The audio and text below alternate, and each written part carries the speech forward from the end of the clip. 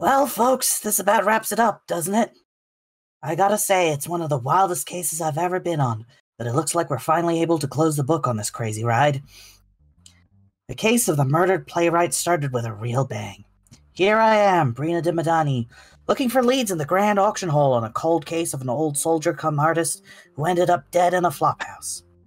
I knew one of his works had made it into the gallery, so I was hoping to sniff out some gossip about our anonymous artist, when who should cross my path but the same changeling my pigeon had seen poking at the edges of the crime. My gut told me to keep an eye on them, and boy, was it ever right on that one. Within the hour, the event turned from a night of glamour to one of terror. First an attack from the undead that turned the auction room into a battlefield, then as soon as it looked like the dust might start settling, bam! The whole party gets an eyeful of the grisly murder scene of controversial playwright Tarek Elham. A real headliner. Or it would have been if I hadn't been on the scene. Now, anybody seeing these two things happen in the same place at near the same time would think, hey, the murder and the attack, probably related, right? But in the detective business, you can't just assume something about a case. You gotta be able to prove it. And not to brag, but I'm pretty good at my job. I start pulling on the thread of the undead attack and suddenly a whole slew of clues start coming loose. An artifact stolen under the cover of chaos, members of a known extremist group out on the streets, and our mystery changeling introduces herself as Miss Audrey Whistler, a supernatural investigator, along with her co-workers, Luca and Gil. Quick as you like, Miss Audrey has an in on where our Emerald Claw suspects are hiding, and even helps me catch one of them in an ambush. The results are ugly, but the undead attack is clear as day for anyone willing to look past the surface. But more importantly, it has nothing to do with the murder of Mr. Allen. Well, I know to seize an opportunity when I see one, even if I'm not the fastest dog in the race. I signed on Miss Audrey and Mr. Luca as freelancers on the case. With just a little more digging, we start getting to the real dirt. It seems that all the chaos of that night was orchestrated by a Mr. Warfred Bartosz, a dwarven dilettante and exhibiting artist at the gallery. With the aid of my new freelancers, we start picking apart the murderer's web of intrigue and even rope in the victim's partner, Captain Myraldine Frostroot, in the hopes of setting up an ambush for the culprit. But not quick enough. I can't say whether it was the walls closing in around him or the threat of his hard work being undone by the wonders of modern medicine, but Mr. Bartosz lashed out before we could set the trap. Poor Mr. Luca was drugged and kidnapped by someone pretending to be Captain Frostroot, and Miss Audrey was desperate to rescue him from a fate she was all too familiar with. The enigmatic Gil Gasket stepped up to buy us some time while we went to save our muscle-bound friend, and we just managed to get him untied when the villains decided we'd had it too easy for too long and forced to fight. I did my best, but sovereigns, I'm out of my league compared to the spell-slinging and swashbuckling of Miss Audrey and her friends. It was touch and go for a second. Even I got knocked out, but the team managed to subdue the monsters just in time for the cavalry to arrive. Turns out Mr. Bartosz had been wearing a pretty nasty piece of gear, a symbiote helm that had been poisoning his mind and giving him strange powers and even stranger obsessions. He used its telepathy to overhear the plan for the heist and twist it to his advantage, creating a shocking display designed to really rock the boat of Reekelblort's well-to-do. He got what he wanted, but not for long. My team made more than sure that the court had enough evidence to put Mr. Bartosz away for a long time. 100 years in Dreadhold, in fact. Might not be that long to a dwarf like him, but I think after cooling your heels for that long, you're bound to reconsider your life choices. Right? There's still some questions lingering, but the job of getting justice is done. Now all that's left to do is finish up my records, pay my freelancers, and pat ourselves on the back for a case closed. Maybe see if my secretary is interested in joining us for some celebratory drinks at the end of the week.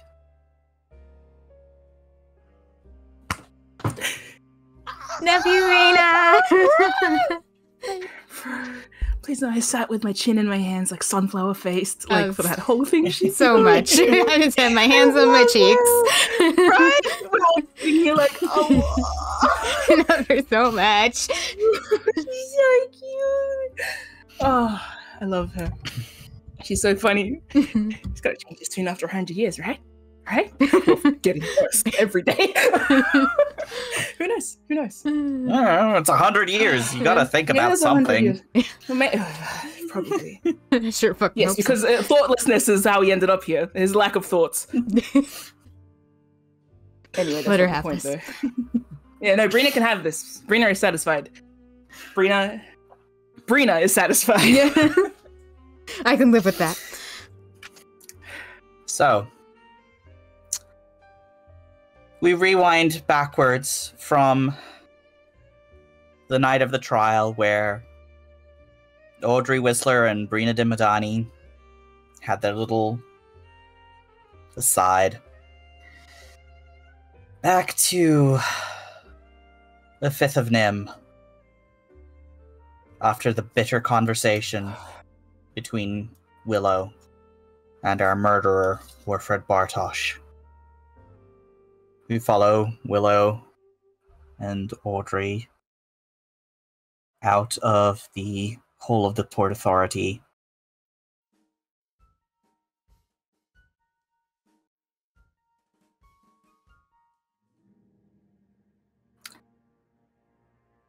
Willow is pretty tense. What do you do?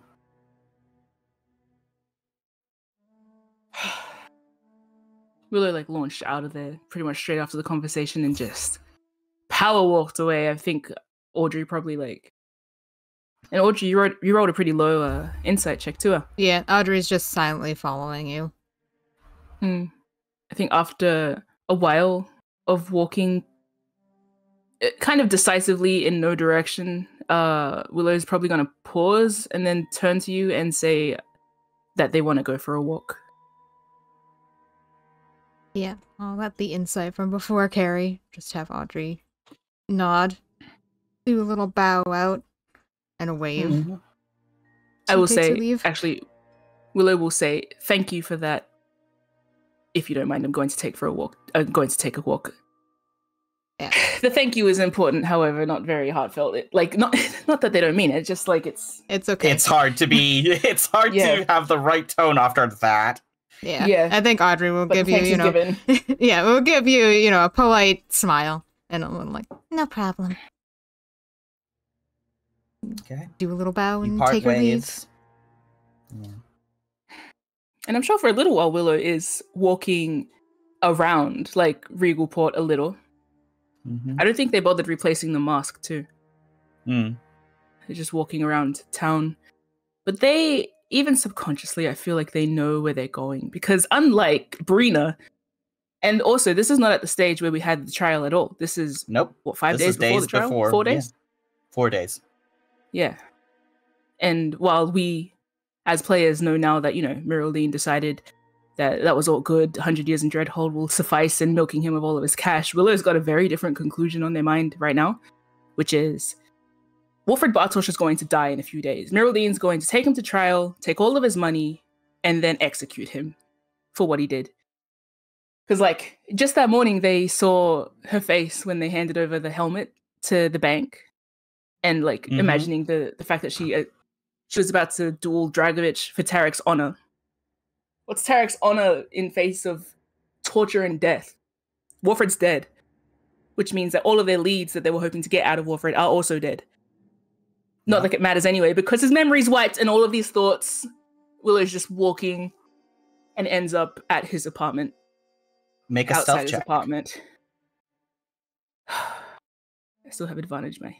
Yep.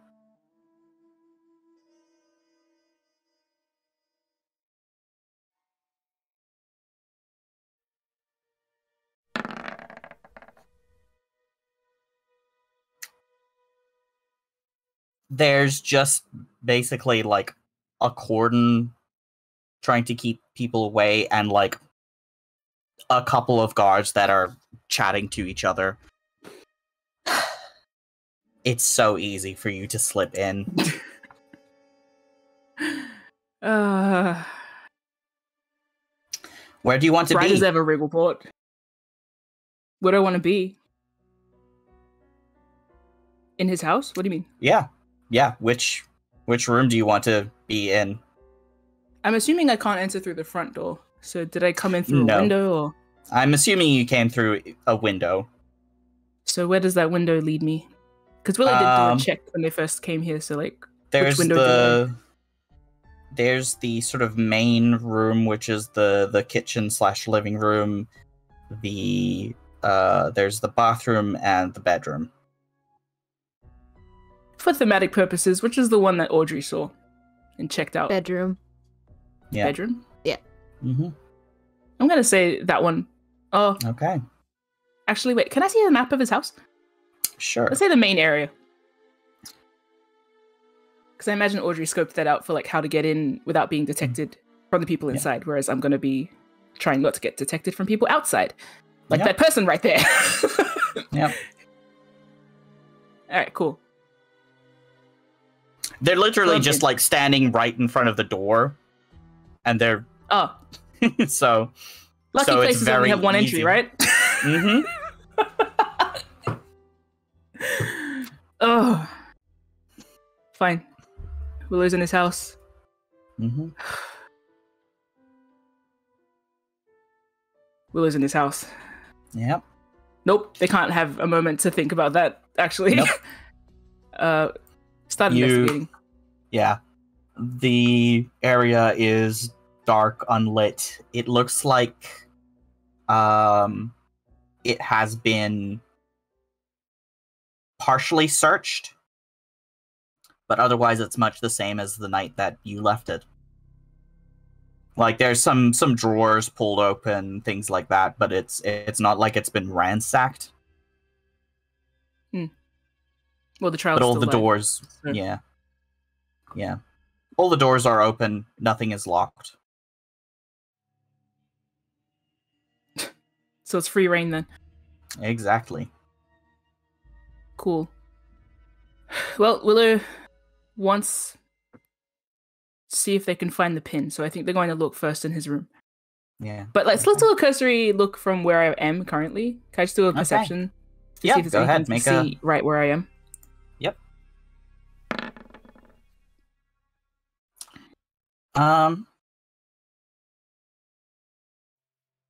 So you know that he kept certain things in his studio as like an office area, but anything private is likely to be in his bedroom. Is there anything else that you're looking for in particular in terms of belongings or whatever?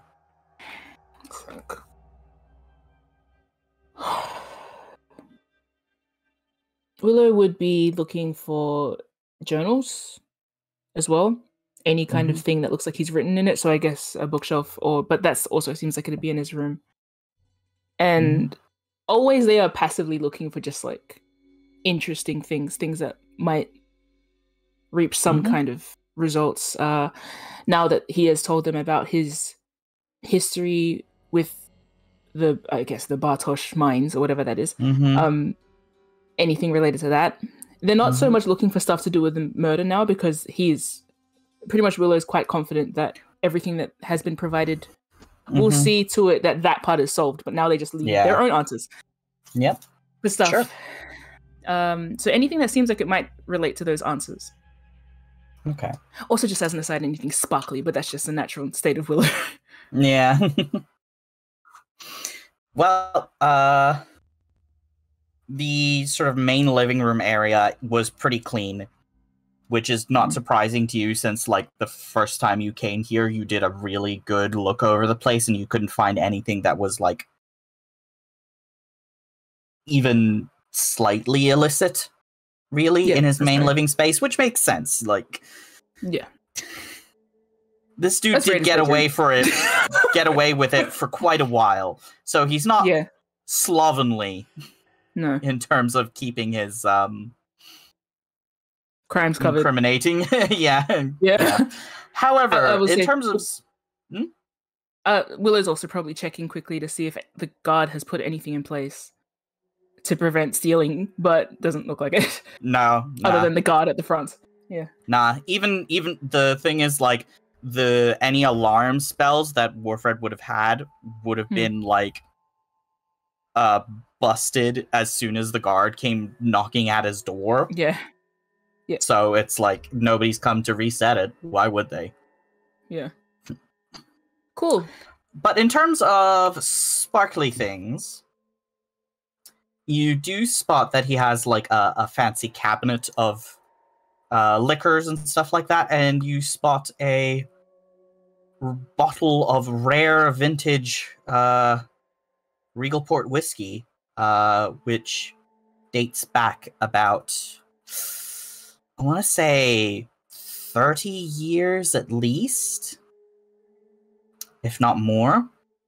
Let's say a good 38 years old vintage, which is pretty impressive.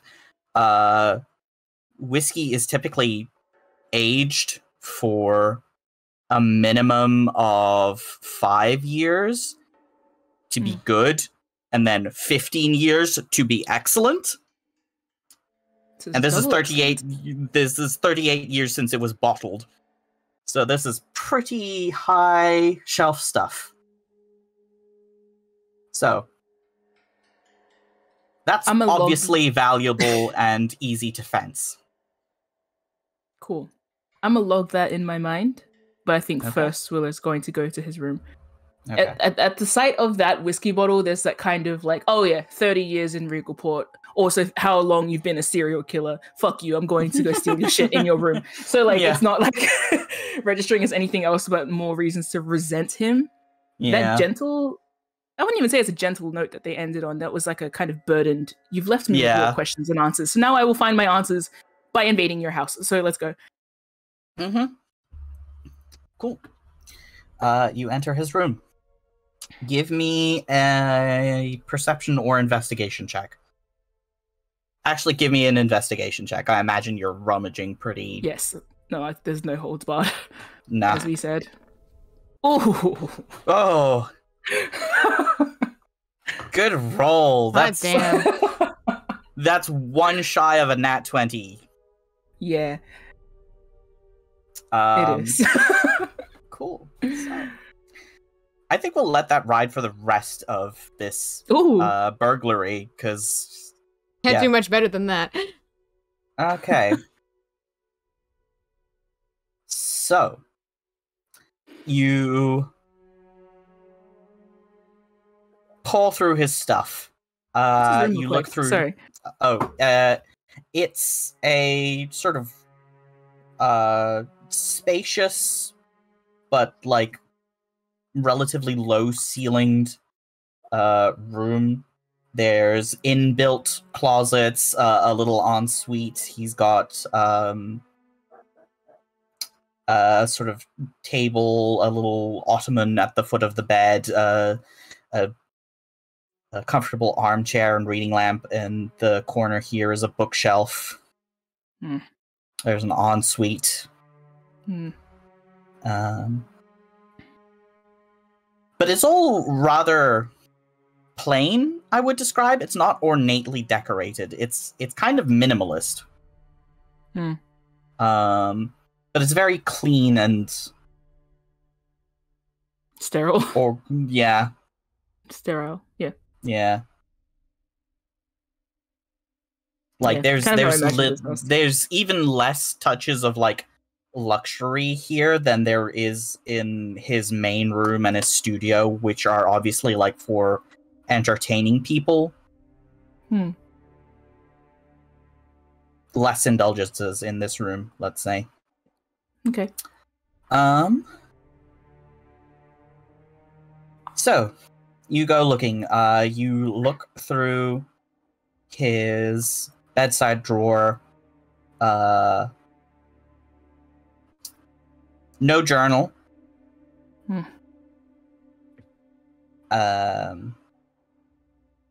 A couple valuables. There is apparently the Bartosz family signet ring, which is gold with Bieshk inset on the face and the letter B. That's funny. That's actually quite funny. Like, clearly kept aside for, like, keeping it out of sight. Bieshk is the same thing. Sorry, my sword is made out of. Yes, that's why I'm like, ha ha ha. Ha. Yep. Good one. Well, it pockets that immediately. Like, don't even think about it. It just goes into their pocket. Cool. With a dry laugh. Mm-hmm. And a box of, like, jeweled studded earrings. They're very small, sort of minimal studs, but there's sort of a set of each color you could imagine.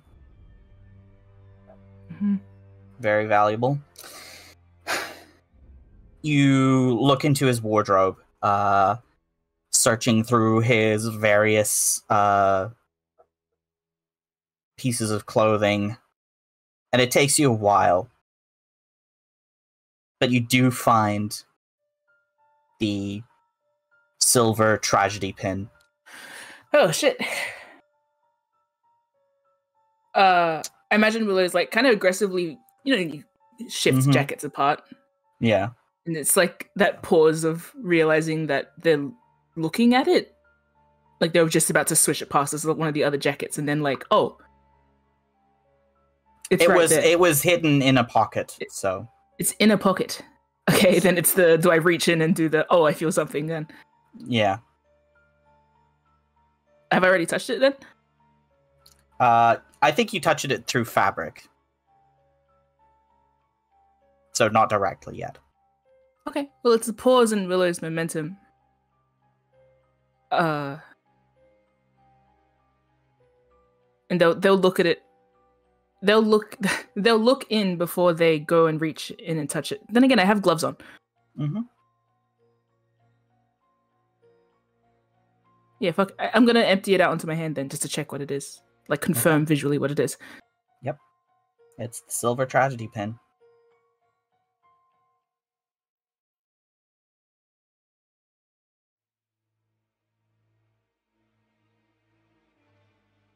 Can I do a check on it? What kind of check do you want to do? Is it solely metal? Is there anything magical about it? Are you doing this just as a visual inspection, or are you using a spell? Identify. Yeah, you can cast Identify. Yep. Cool. So this is it has a minor magical enchantment on it, which is that if it is handled by anybody who is not part of the designated group, it will melt into a blob of shapeless metal. Should I put this down immediately? Yeah. Okay, will I put it down immediately? Yeah. Or is it? Because I assume that it... Okay, so here's a fun little thing of, like, do you cast Identify and then touch it, or do you cast Identify while holding the object? Well, now that I know it melts into a blob, that feels like a disingenuous task, but I do...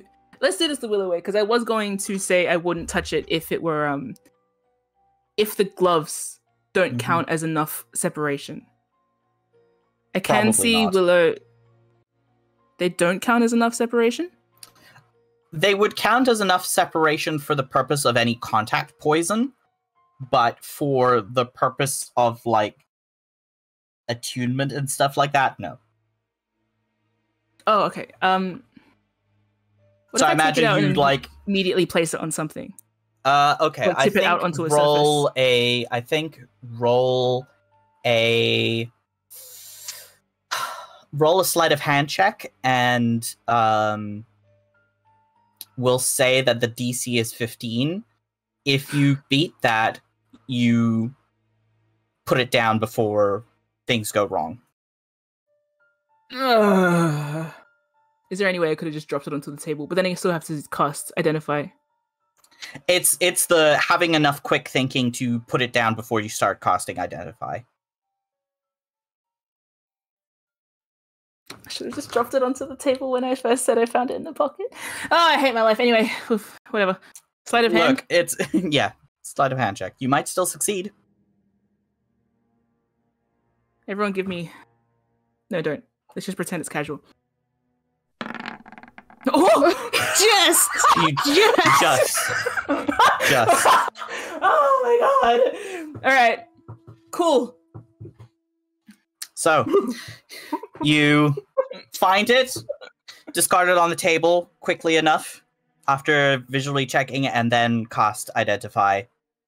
And you learn that after a minute of being handled by a non-member of the cult that it belongs to, it will melt into a blob. Pretty significant failsafe.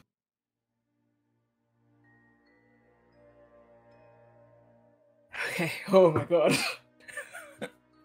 It looks like the enchantment is what is holding it into the shape of the tragedy mask. Right. Anything I can glean about the type of... I know this is a long shot. Is it just silver? It's just Metal? silver. Yep. Nothing on it to indicate, like, any other markings or etchings? It's just a face? It's just the tragedy mask. It looks like it is probably made in a mold of like cast mold silver metal thing, so it's something that could be easily reproduced. Great. So it's made somewhere. That's something. Yes. Yeah. And it's enchanted at that same place, probably. Yep. So they must have somebody making these pins specifically for members. Yep. And also, can I glean any way to carry this without it melting? Do I have to roll something? No, I would say that with the use of Identify, you don't need to make a check. Your best bet is to put it in another container, like a glass box or something else, so that you can handle it without touching it. Yep. Okay, I can do that. The other thing that you learn with Identify is that also, if the member that this is attuned to dies, it will melt. Ugh. Shit, and at this stage, Willow's pretty convinced he's getting murdered. Yeah. But that doesn't mean they're not going to take it. So yeah. I do think Willow, they're going to leave it there for now. If there's nothing else I can glean from it at a glance. Yeah. And I'm also going to say on a 26, you can probably find some glass box that Warfred has kept like some trinket in and just replace it. So. I was leaning away from was like, I was probably going to go look at the bookshelf or his, sometimes people have trinkets on their bookshelves. I was going to see if he had anything, or even just a glass. Like, I would just take it and cover it. Yeah. But before I go run into the kitchen, I would like to check the rest of his room. I think Willow's going to probably go to the bookshelf to see if he has any display things, or I guess another double check for art journal or anywhere that he might have.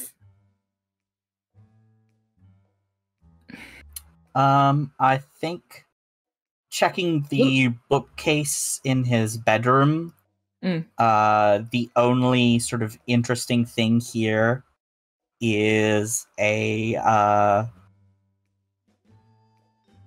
copy of an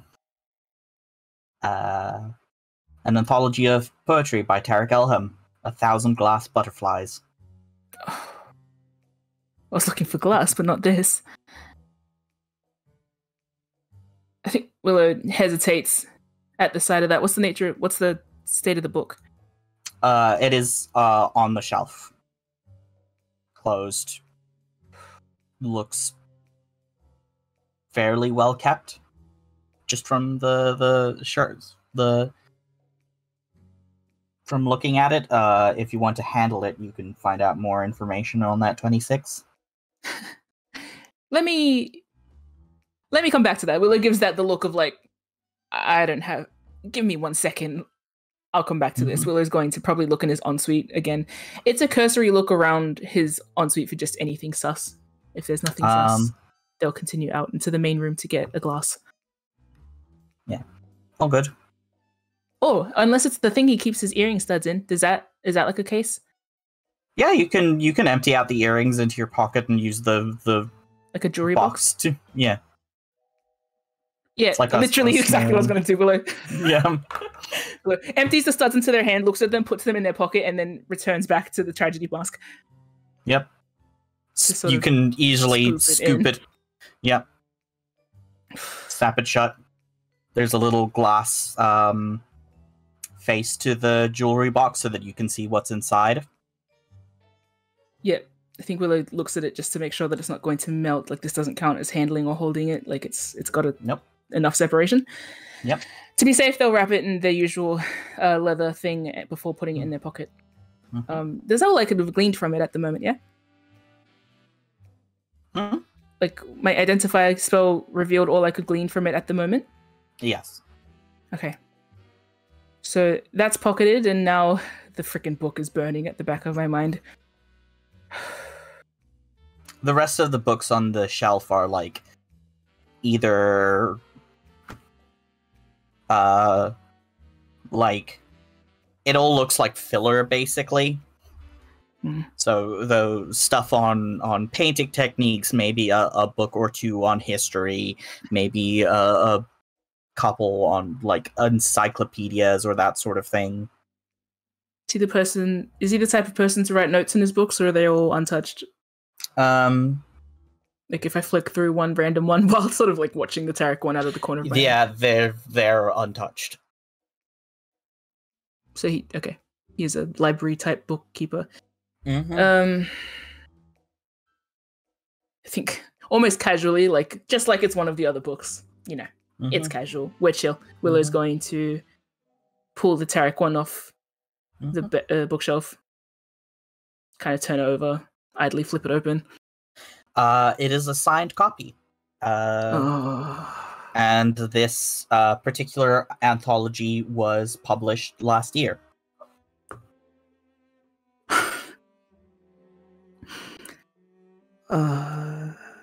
Some of the poems are obviously older, but the this particular collection was published last year.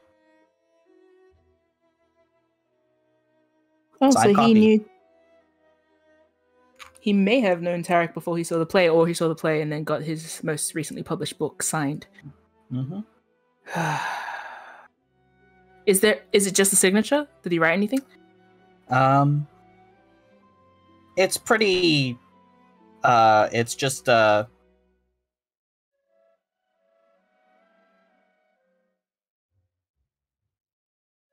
I think it is just signed as to my friend Warfred Bartosz. Tarek Elham. Looks like the kind of thing that might have been done during one of the appointments. I think Willow... I already checked most of his room, yeah? Yes. And his ensuite and everything. I think Willow's kind of gonna read that as they dawdle back out into the main area. Mm-hmm. They found the pin. Mm-hmm. But the problem was not necessarily the pin, it was connecting him to the larger scale thing, which Edmund is involved in. We know that for certain. Mm-hmm. And we know that because he sent a letter to Tarek Elham. And I feel like this little note here drags Willow back away from like that sense of I found something, because it doesn't mean anything. Tarek's still dead. Edmund's not caught. Warfred was a pawn who was sacrificed. Very obviously. It's just like... what exactly did I accomplish is the vibe Willow is left with as they kind of move back out into this open area. And I think...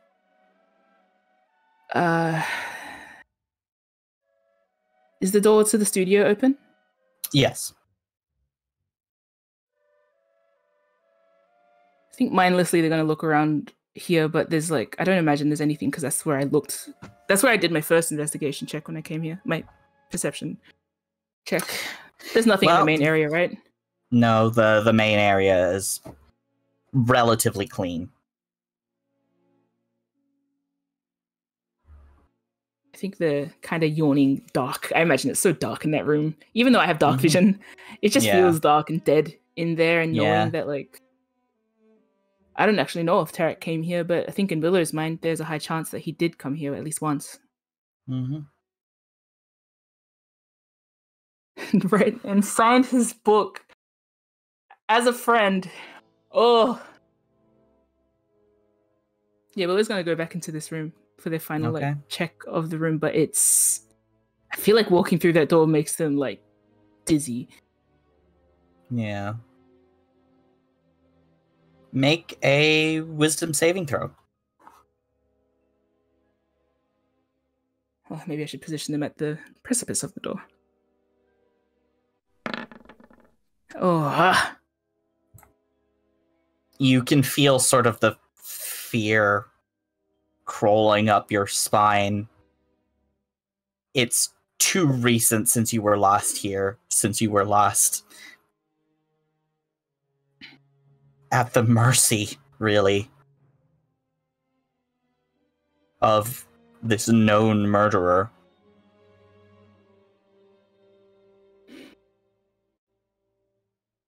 You feel staggered. fuck's sake. I think Willow walks in and then like it's almost like they're repelled, they like back out and just like brace themselves against the door frame. Yeah. A 5 is pretty fucking bad.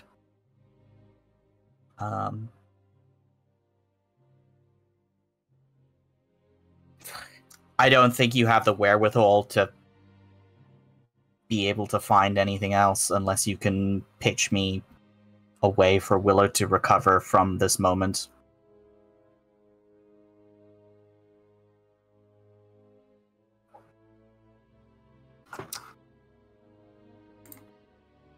Let me think.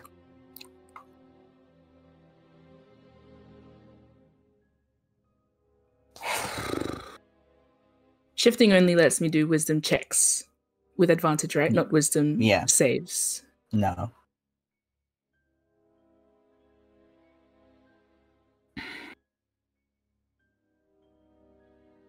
But we can This is flavor a lot. it as something else.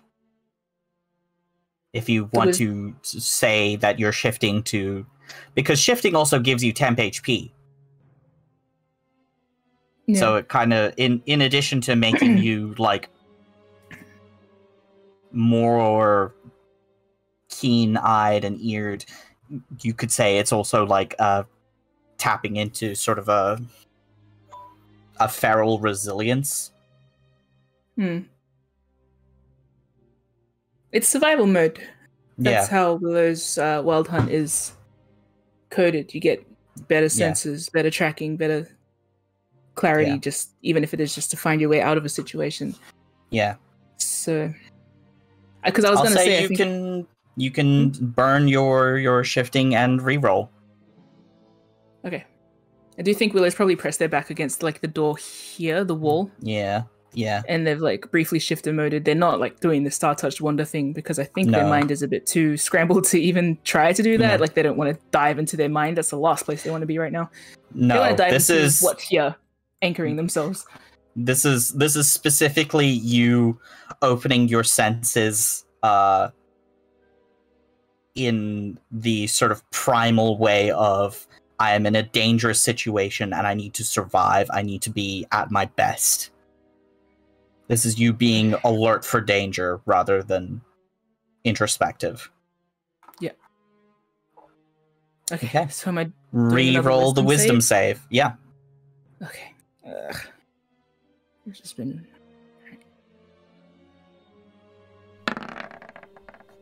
man, Good enough. It's Yeah? good enough. just still Just scared barely. on the cusp. Yeah.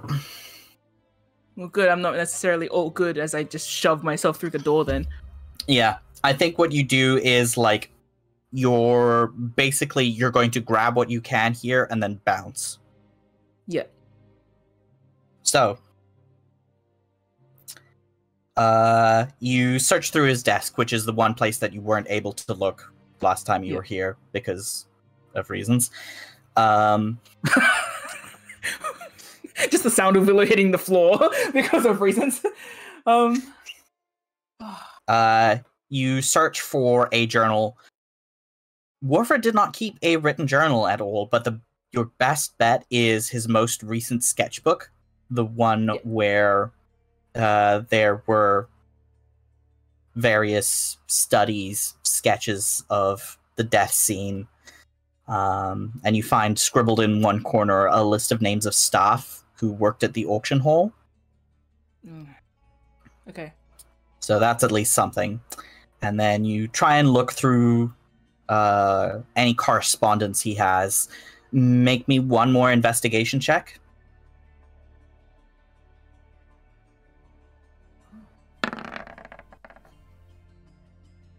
Okay. You find that there's nothing incriminating at a glance, but you do find a series of letters that imply that this was the contact that Warfred was getting his supply of Dream Lily from. Okay. Do you want to take these letters and the sketchbook? Or do you just want to make... Okay, you're just stealing them outright. Okay. I think because Willow doesn't want to linger in this room, I take it that their 10 wisdom save and their 5 prior means that they are, like, quite eager to you're get out on of edge. here. And if you can steal it and look at it later, then better than standing around. Yeah. And I imagine, like, the peripheral vision of the chair that they got their mind blasted excavated in is, like, haunting every single shot of them in this. Oh, yeah. Absolutely. Yeah. It feels like there's an oppressive presence in this room just from the memory of what happened. Yeah, so imagine Willow's like shaking as they take things, and they're just like taking it. Is it relevant? Pocketing it, and even if it isn't relevant, they're the kind of things where they'll just like steal mail at this stage. Like it's it's kind of an urgent stealing anything valuable, anything notable. Cool. You grab everything that you think is useful in this room, which is really just the sketchbook and some letters. Mm-hmm. No mail from Edmund Beckett. Yeah, of course. Because he wasn't... What was the word? Because Edmund Beckett was underwhelmed by his showing at the gallery, and I think I realized upon reflection that the showing was just Warfred, but I don't know. Can't know. His showing, like his manner? Who knows? There's so many more questions left now by Warfred.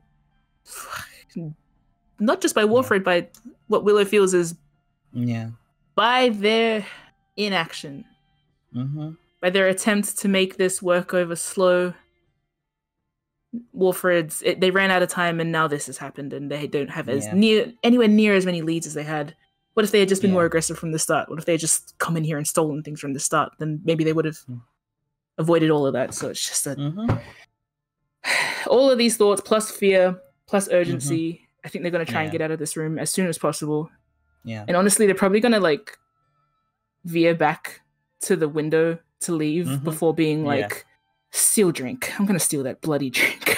You grab the bottle of rare vintage whiskey out of the cabinet. Yeah. Shove it into your pocket. Make me one more stealth check with advantage because of your armor and disappear into the night.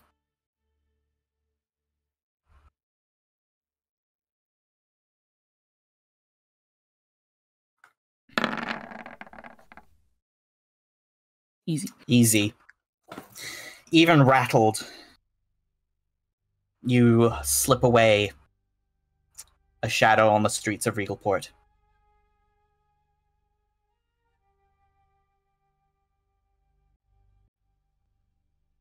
I'm just gonna paste the loot into the chat so you have it. Oh, thank you. Such a good criminal. Yeah. I mean, you found the pin. That's... You found the pin and it isn't destroyed. Yeah. You saw the booby trap. Thank goodness.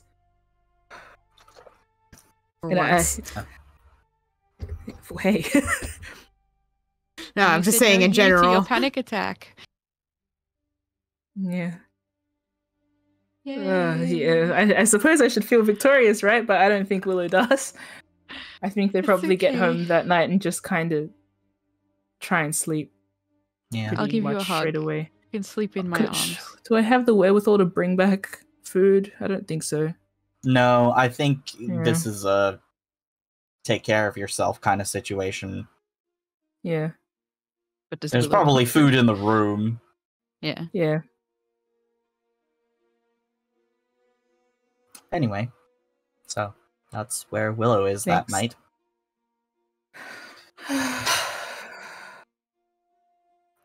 Good job. Yeah, Thanks. you got a lot out. You got everything out of that. You got everything there was to get out of that. Yeah. Why don't I feel better? This is Willow. Mim's like, Yeah. yes! But Willow's like, it's not the answers I was didn't looking fix for. me. They are answers. Yeah. Until they get the answers they're looking for. They've gotten some answers, but ultimately, Wolfred's still dying in a few days, so how many days is this pin gonna stay live anyway? Mhm. You know? It's just whatever. They're still scared. They still ran out of there Yeah. faster than they wanted. It's Mhm. just not ideal. Yeah. And Oh no. you have closed your eyes to rest for the night. 5th of Nim. After peering into Warfred's mind, after nursing a headache pretty much all day.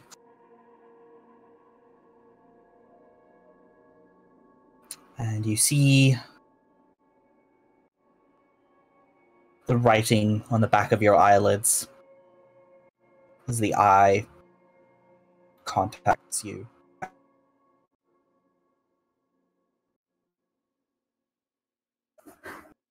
There is a lot for each of us to think about. But I wanted to address something. Oh, I'm all ears.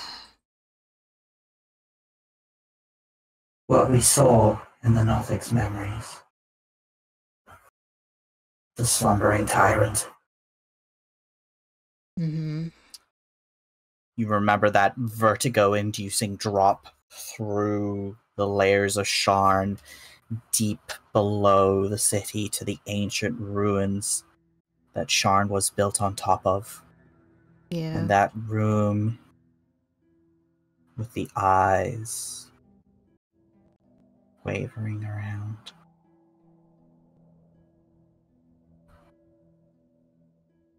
And all these theories that we are connected to something else. And maybe this is it. This is the root, this tyrant thing.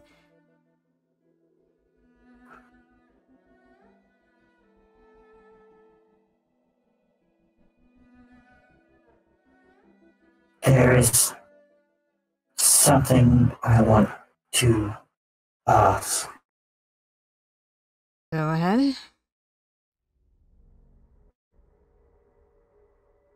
There's a moment of hesitation. And then Does this change our agreement?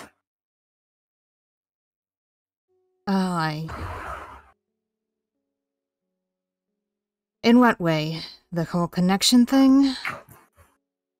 I was so worried about?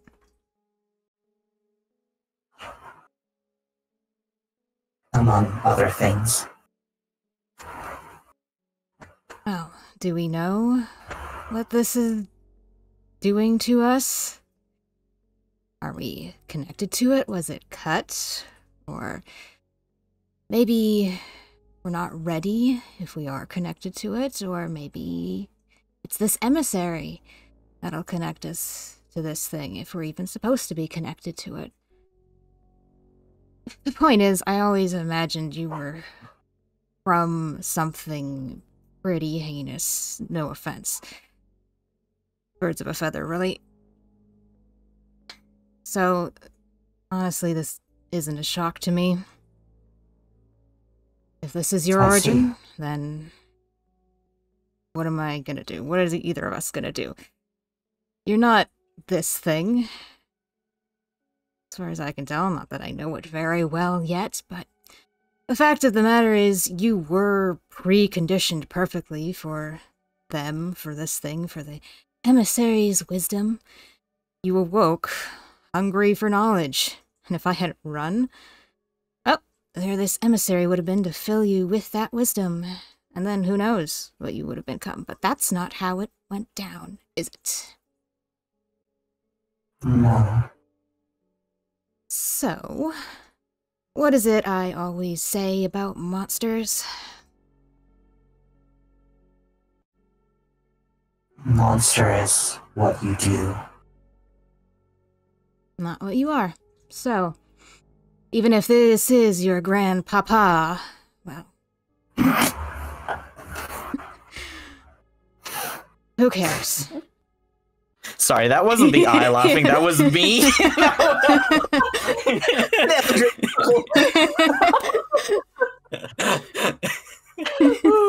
Zeke with all the answers of what this thing is. Meanwhile, End is blase. It's just the way you delivered grandpapa that got me. This is an incredibly serious scene. However, this is how Anne is in incredibly serious situations. I'm sorry. This is true. This is true. This is true. I need a moment.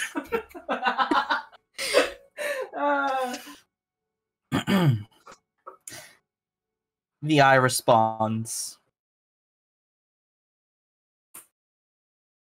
I don't know what we will become, or even what we are capable of becoming. Alonzo said that we were chosen, that there was something special about us. Yeah. Aggie called me a seed. You know what else Aggie said? That the old seer knows you're not dead yet, but she didn't say anything else.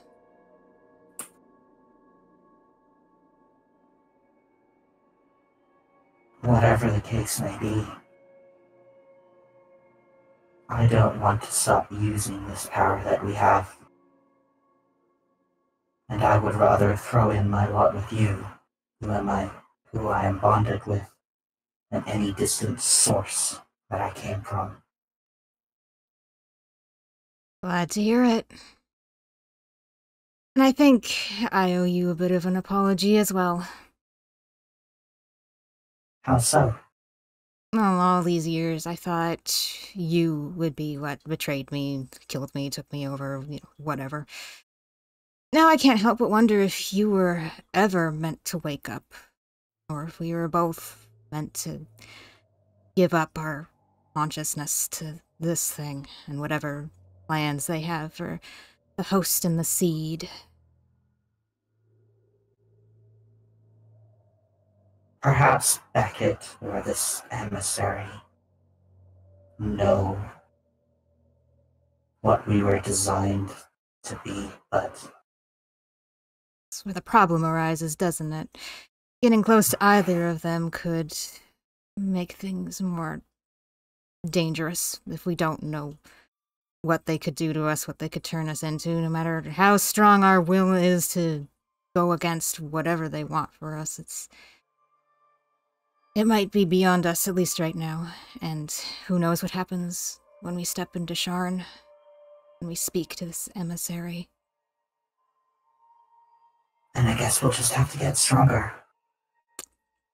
Stronger and smarter. We have to build up this power and build up our knowledge and know as best as we can what we're walking into before we go back to Sharn, but we are going back to Sharn. And when we do, we won't leave until Beckett is dead and that cult is gone. Fuck their designs for us. We Yeah. choose our own destiny. I like what you're thinking. I learned from the best, didn't I? And smirking at that. Well, sounds like we have our work cut out for us then.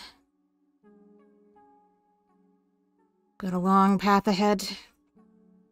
All the way to Karnath, and then who knows, but plenty of time to build up our resources, build up our strength.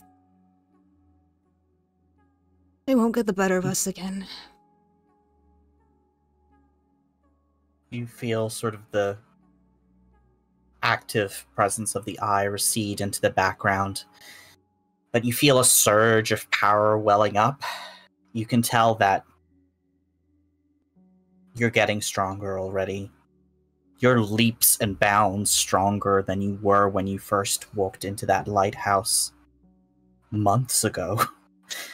After years of having this eye, in a few months you've just exploded with power. There's no telling when it'll stop. Yeah, but that's not But you're quite so always scary. the one in control of when you grow and how you grow. The eye is your ally in this, whatever it may be. Yeah. Again, feels the eye fading into the background, but leaves it with a little message of, you're my eye now, not theirs.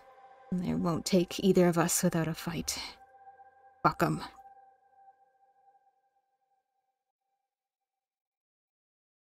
Fuck 'em.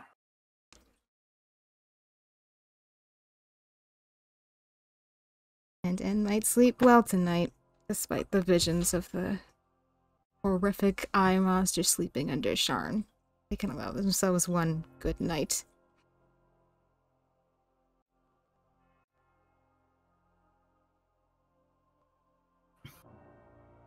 Meanwhile, Luca, Me? Oh, Beautiful, sweet-smelling blossoms fill your view. You feel warm, comfortable, safe. Paradise. You stretch, or try. Something pricks you. Thorns. You try to sit up and the briars wrap tightly around your chest, piercing your flesh, holding you down, dragging you under. Even as their sweet smell tries to lull you to sleep,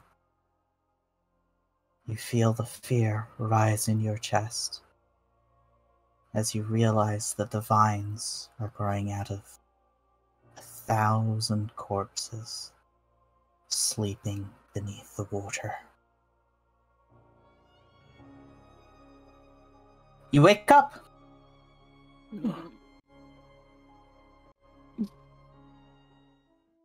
Okay, cool, fun. It's the 6th of Nim. Okay. 3 days until trial. Cool, cool. I think the first thing he does is kind of finger at the lingering feeling of the stab wound from not Dragovich, Mm-hmm. and like press on it slightly to feel the pain of a bruise and wake himself up a bit. Yeah. And well, that wasn't fun. Do I remember that dream very much? Yeah, I think you Cool. do. Yay. It was the smell in the dream was the same as the drink that drugged you. oh. Great. Never drinking that again. I think Luca is out of bed very quickly. He takes a quick cold shower Mm-hmm. to rid himself of the grogginess and any sort of comfortable feeling that he has left Mm. from being asleep, and will go to temple. Yep. That's what he needs for today. Needs to reaffirm. Mm-hmm.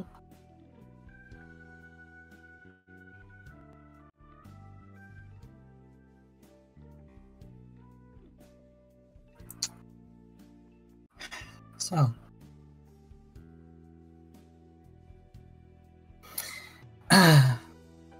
Do you do anything in particular on that day at the temple?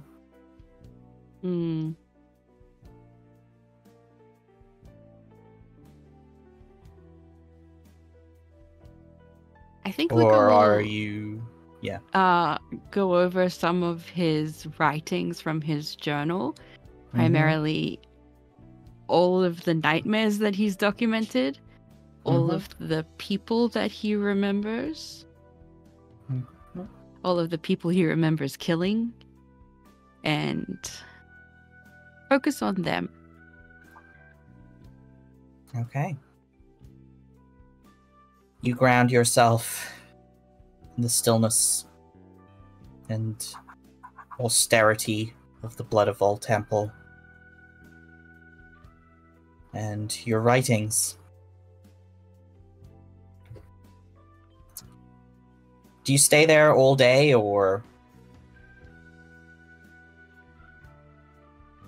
when I do you don't go know, back? Do you think Luca will be made to feel a little more comfortable at any point?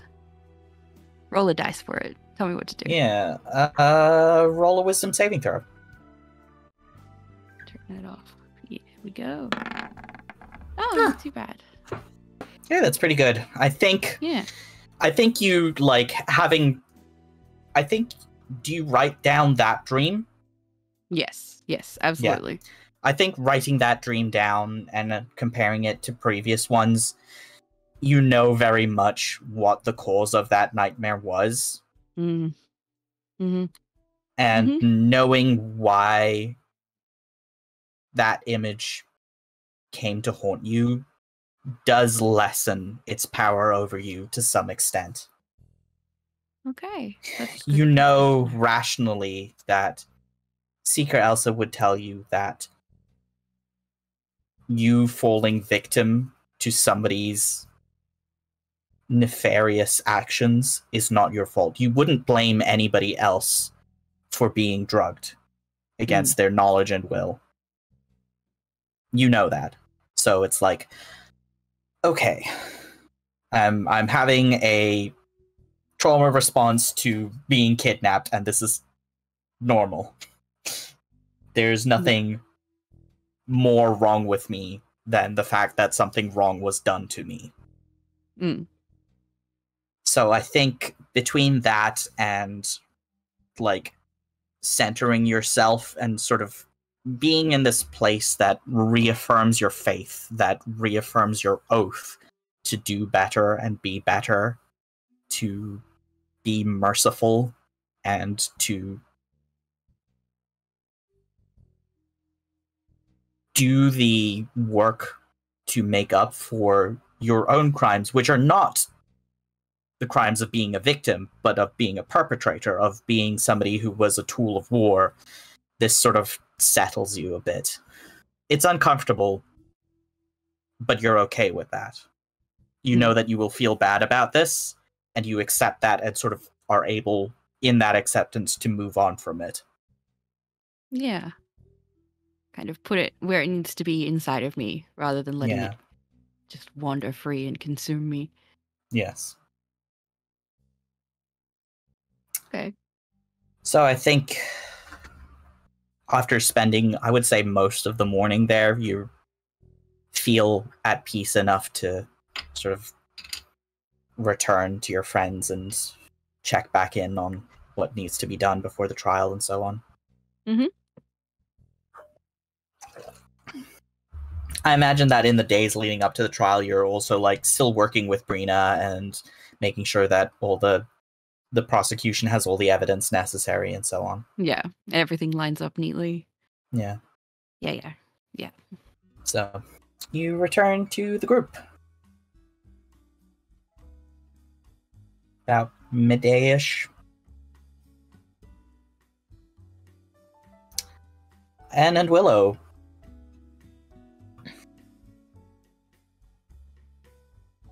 Hi. Trials in 3 days. Looks like your stay in Regalport might be ending soon, and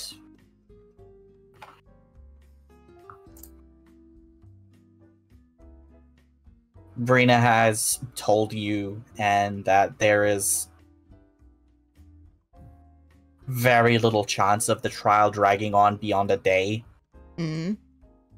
So, the day, and that'll be it. Yeah. We'll be free to head back to salvage without prying eyes upon us. Except the usual one. Bruno? No, me. He's not a prying eye. He's a watchful eye. This isn't about him. I have a question of something Willow might be considering in the morning. Yeah.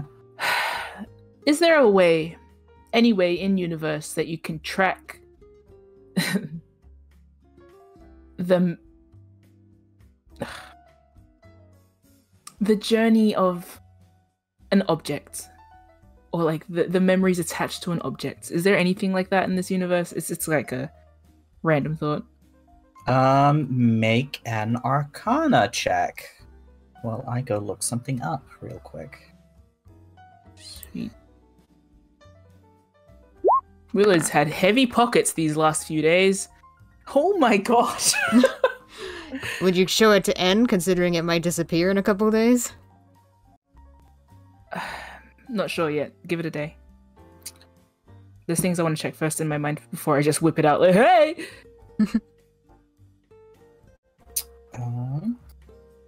Found the thing that traumatized you. Like, if it's not gonna go anywhere, I won't like. I already dealt with the thing that out. traumatized me. The pin is no problem. Multiple things can traumatize you.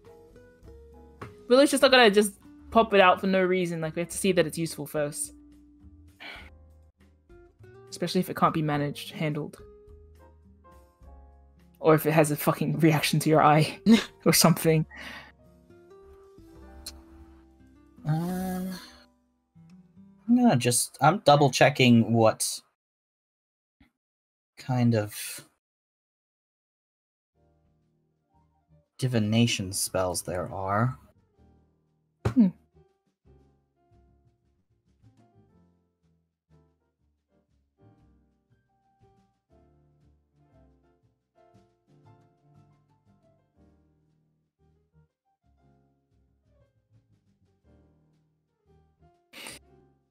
Stressful. And what do you think we're doing in the morning? Just having breakfast? Chilling. Yeah, probably. Holding hands. No. I don't think... God. Even on a 26, you don't know that there is such a thing. Maybe that's something that somebody has experimented with, like particular schools of divination or particular historians who are trying to uncover secrets of like ancient objects. Yeah. But I mean, off the top of your head, you do not know of any spell, any formal spell or item or anything like that that can do that specifically of tracking the progress of an object through history. There I do know someone whose is opinion I can ask. Yes. There is, on a 26, I will say, there is, say, like, stories of, like, a powerful spell that is called legend lore that was used by oracles or people who were considered high priests that were like to find this certain legendary object. Again, this is stuff that's very much like of myth and legend. This is sort of Age of Monsters, pre-Fall of Deccan kind of stuff, where it's like to find this object that was already ancient in those ancient times, you can discover the lore of this hidden item. Or like this significant person or place. But that is exceptionally powerful divination spell that is usually associated with like people who are literally oracles or high priests, that sort of level of power. Like perhaps the keeper of the flame might be able to cast this kind of spell, you know? The keeper of the flame. Yeah, the one. Okay. You know, Capital K. Yeah. We met Ryger. We can do that.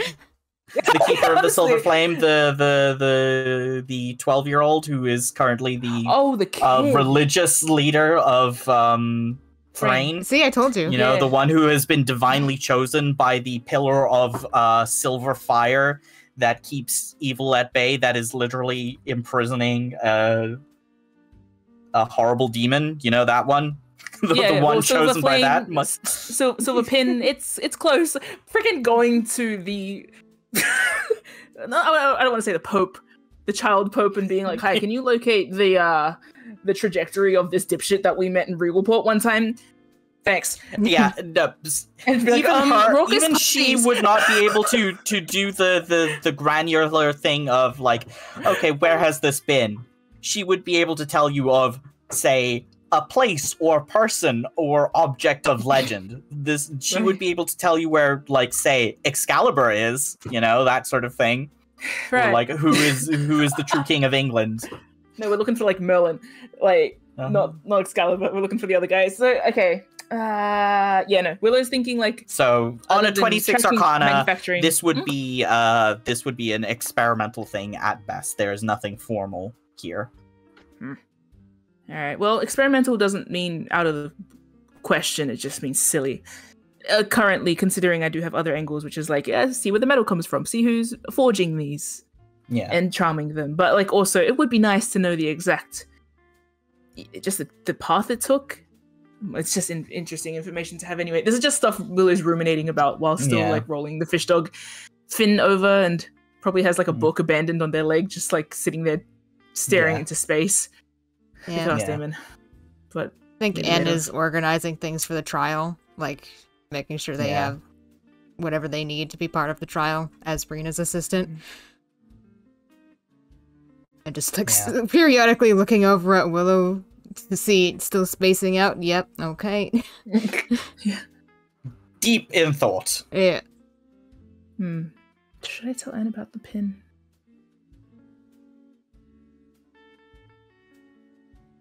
I don't know, Willow. Should you? I haven't gotten anything useful out of it. But Anne doesn't necessarily like when I don't tell them things relating to their life. It has just been because a I haven't found anything useful to do with it. Yeah, like Willow knows this, but it's also like a but what if it ends up bad? What if there's like a kickback? Just salt in the wound, had to involve N as it was. Like just this long, like this started descending down this thought process. And gonna start throwing folded up or crumpled up paper at you because they can see you starting to like sag, and so they make a paper ball and throw it at you. I don't even know if it's a sag. Willow's just like got this like frown. Yeah, you've got an energy about you. It's an emotional sag, if nothing else. Okay. Even if your posture is perfect. And it's like, oh, your ears. Something's going downhill in there. So yeah. Your ears are pulled so far back that it's like making your head look flat. Like Wilfred wanted. After he caved my head in and hollowed it out or whatever it was. I don't think flat was the idea, but no. My paper ball is Mask. certainly more gentle, I can assure you. Okay. Willow Bonk. glances at you. Then looks back. Have a nice walk yesterday?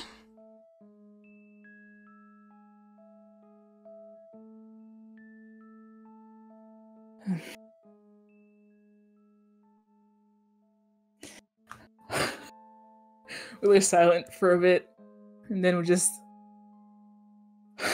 Whatever. Willow will respond. I found a pin. Oh, really? And gives you kind of a almost knowing look. Like, why else would you bring this up unless it was something relevant? Yeah, I had a feeling you might have gone rummaging around.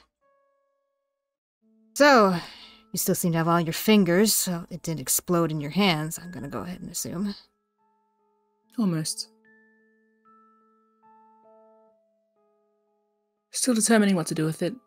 Probably safe if we don't look at it until we know what we're going to do with it, although it probably will melt when Wolford dies in a few days. So... Huh, well, isn't that an interesting little feature? Hmm. I'll keep that in mind as I, go ahead with my little plan. Anything else? Is it tracking us? And pretty much is saying they're planning to kill everyone, so they'll keep in mind what happens to the pins after that. Right. Yeah.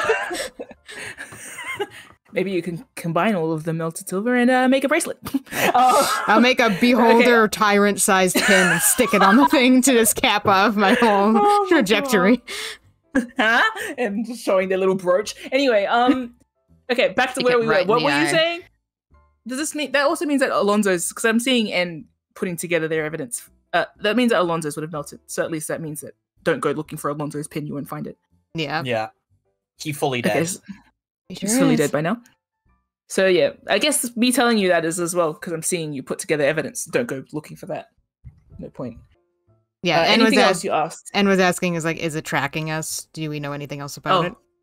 Nope. Willow shakes their head.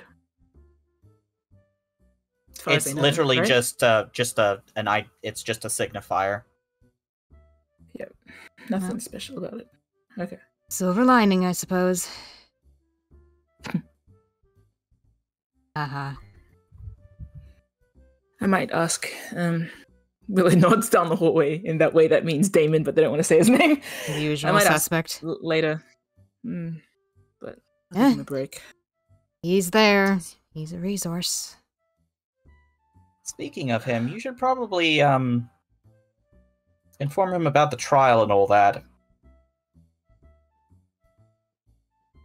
Yeah, since he's the topic that has come up, we could go over and do that if Willow seems willing. Or Anne will go. Willow will say, I'll give him a break. Anne's like, I'll go talk to him now. Willow's like, fine, I'll talk to him now. Well, I'm thinking about it. I got a lot on my mind, so I don't want to forget. Yeah, well, I'll Yeah. carry on to your momentum. I'll ride that breeze and Cool. follow you over there so I'm not completely on my own with Damon Sure. again. Easy enough. Yeah, you I think you probably catch Damon on his way out to lunch and he's like, oh hey. Hallway conversation or And looks at Willow. Idle curiosity, but Willow, I think like that question I was going asking myself. That's pretty vague, right? Like that, no one's gonna be like, "Oh, they're tracking a cult." It's just like a random question. yeah. Question. Willow can ask in the hallway. So Yeah. same question to Damon, just along the lines of like, is that possible? Is that a thing that exists? So Anne will just like give a little nod and gesture down the hallway. Hallway should be good. Yeah. Willow, you ask the question and Damon sort of thinks about it for a second and then shrugs and goes, not that I'd know off the top of my head, but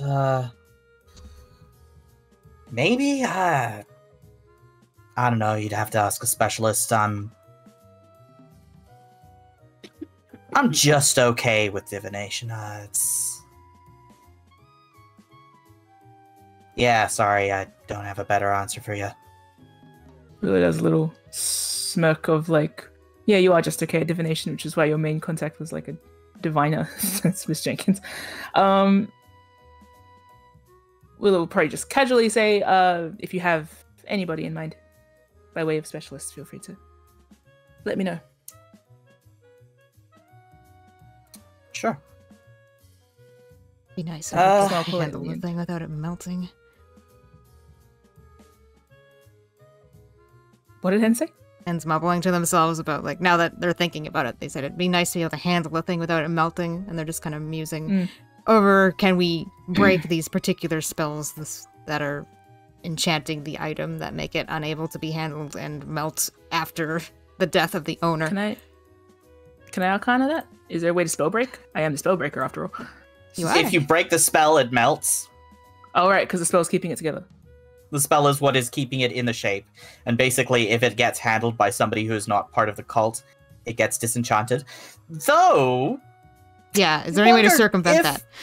You wonder if N isn't maybe technically part of the cult? Yeah, I was gonna ask that, honestly. Both of us looking at each other like...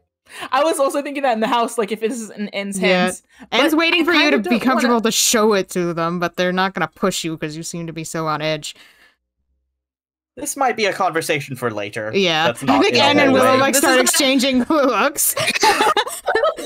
Damon interrupts by saying, "So, what's happening with the murder mystery?" Right.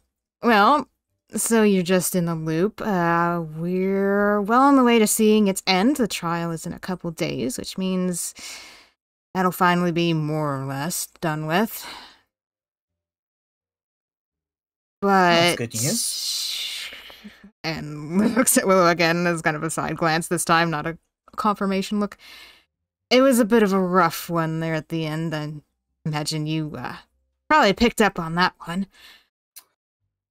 Yeah, you seem, well, it could have been worse, let's just say, but I'm sure you're, ready to stop being on a working trip. Yeah, so in saying that, even though the trial is in a few days, and that does signal the end of the whole mystery-solving business, and I did say to you that we would reconvene after that, if it's all the same to you, we probably could use a few days to decompress and just get our heads on straight before we commit ourselves to the next big thing. Yeah? Sure. Makes sense. You'd Alright, then. understand. So, checkout day is... 10th, I guess? The trial's on the 9th, so barring any new explosions. Well, fingers crossed. And that ends that exchange. All good? Define good. We've Does said anybody else have anything to do on the 6th of Nim, or can we move to the next day? Because we've Can I got... ask a question? Yes. Just a question. At this stage, can I suspect that the ore that I took from Warford's house was the cinnabar and the paint? I don't have to take that back to Laurie. Can I identify Yeah. that? Yeah. All right. I think at this point you've seen these things enough times, and you still have these two samples. If you know one sample and it's exactly the same as the new sample, it's like, yep, this is the same. Yeah. It's cinnabar. Yeah. Great. Woo. Woo. Could I? Yeah. I know I have a lot. I just wanted to know, like, is cinnabar, would it have poisoned him as well? Or was it just used to poison others? Is it the kind of like thing where you're mining it? Mining it is dangerous, but dwarves are naturally resilient to poison.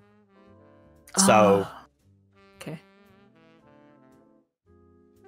unclear. Cool. More questions. That's nice. Strong chance, yes. Yes, poison? Strong chance, yes, he was also being poisoned by it himself. Great. But who knows with that fucking helmet on? it seems to be Yeah, like maybe. pretty.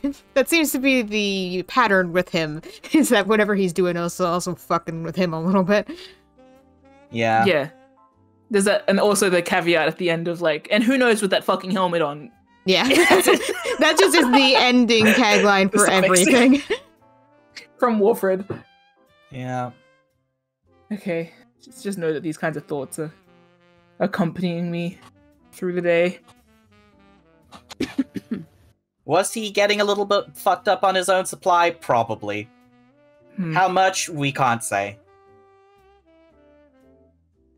Certainly didn't do him any favors. Nope. Why would it have been at the scene of the Kelson's crime?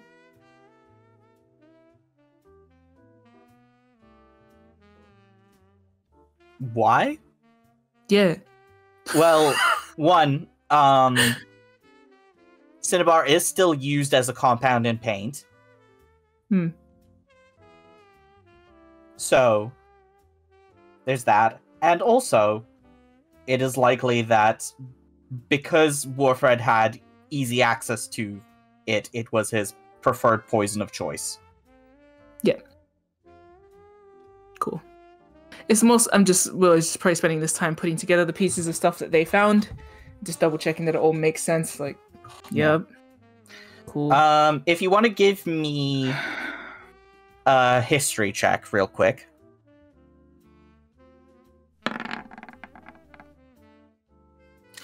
So, would Willow do any reading into dwarven culture at all? To see if there's, like,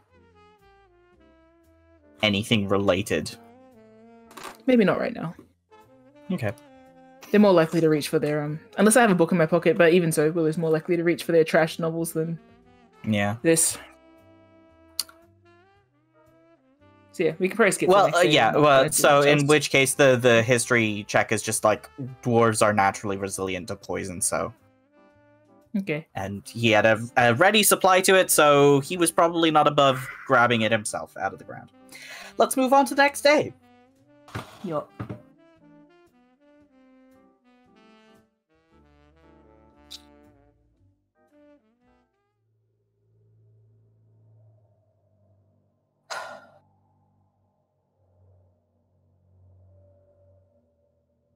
Luca. Oh no, me again. Twice? Oh. You head to bed feeling at least confident that you won't have the same nightmare again, probably. And if so, it's at least a known thing. You won't be as panicked if it happens again. Yep. I can deal with that. At night, your dream is different. Pathetic! Your commanding officer spits on your face, hot and sticky compared to the dusty, dry earth you're sprawled on. Your body is on fire. Limbs work to exhaustion. Pick up your sword, worm! Or would you rather be conscripted to the graveyard early? You look up, fear and anger twisting in your guts, and meet the pallid, rotten gaze of Stanislav Dragovich. Even then, you'd be useless.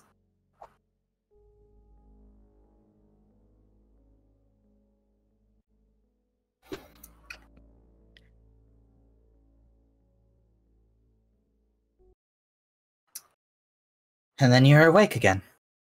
Oh, cool. Can't even retaliate in my own dream. Nice. Are my friends okay? Your friends are fine. Okay. Cool. Just me.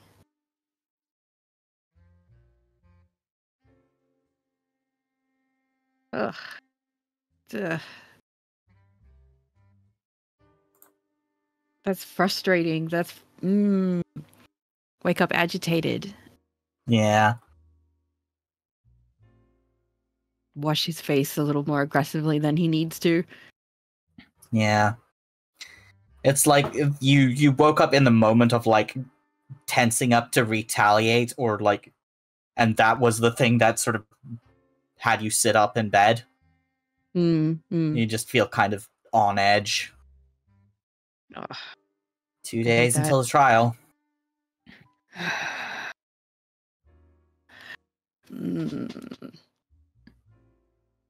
I think Luca will go for a hearty jog around Regalport.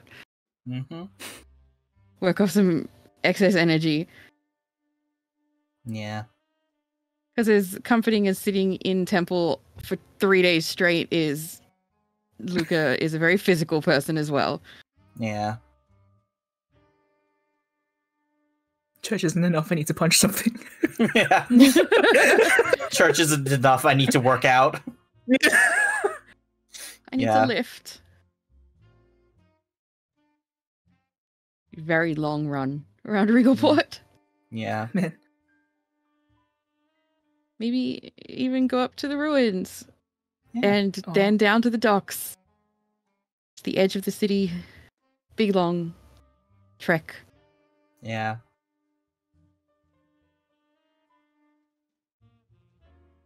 You don't come back until you're like exhausted, basically. Yeah. Collapsing. Eat the biggest lunch imaginable. You come back to So the hotel? many. Yeah, he'll want a shower. Okay. The condition of Luca when he walks through the door that we probably see. Yep. I Smell imagine End too, and I have probably. lunch. Oh, is End? I know what En's doing today. I don't know where they're allowed to do it. Oh, Sure. Oh, okay. Well, then Willow's here, but that's not the point, I guess. I don't know. I'm asking Zeke. Like, would that be something I En imagine could take Luca home? went for a run for like 2 hours and then came back early in the morning. So it's So- the morning. Yeah. So Yeah. Mhm. En probably hasn't gotten to that yet. So you here for lunch? When Luca walks in, all smelly and sweaty? Unless I'm summoned elsewhere by some other creature. I think you're Oh. fine. Okay. And then Willow just drops a wow when you walk in. Sorry, I thought I'd have time to freshen up before you woke up. It's like 10 a.m. at this point. I was hoping they were sleeping in. Afraid not. How you doing?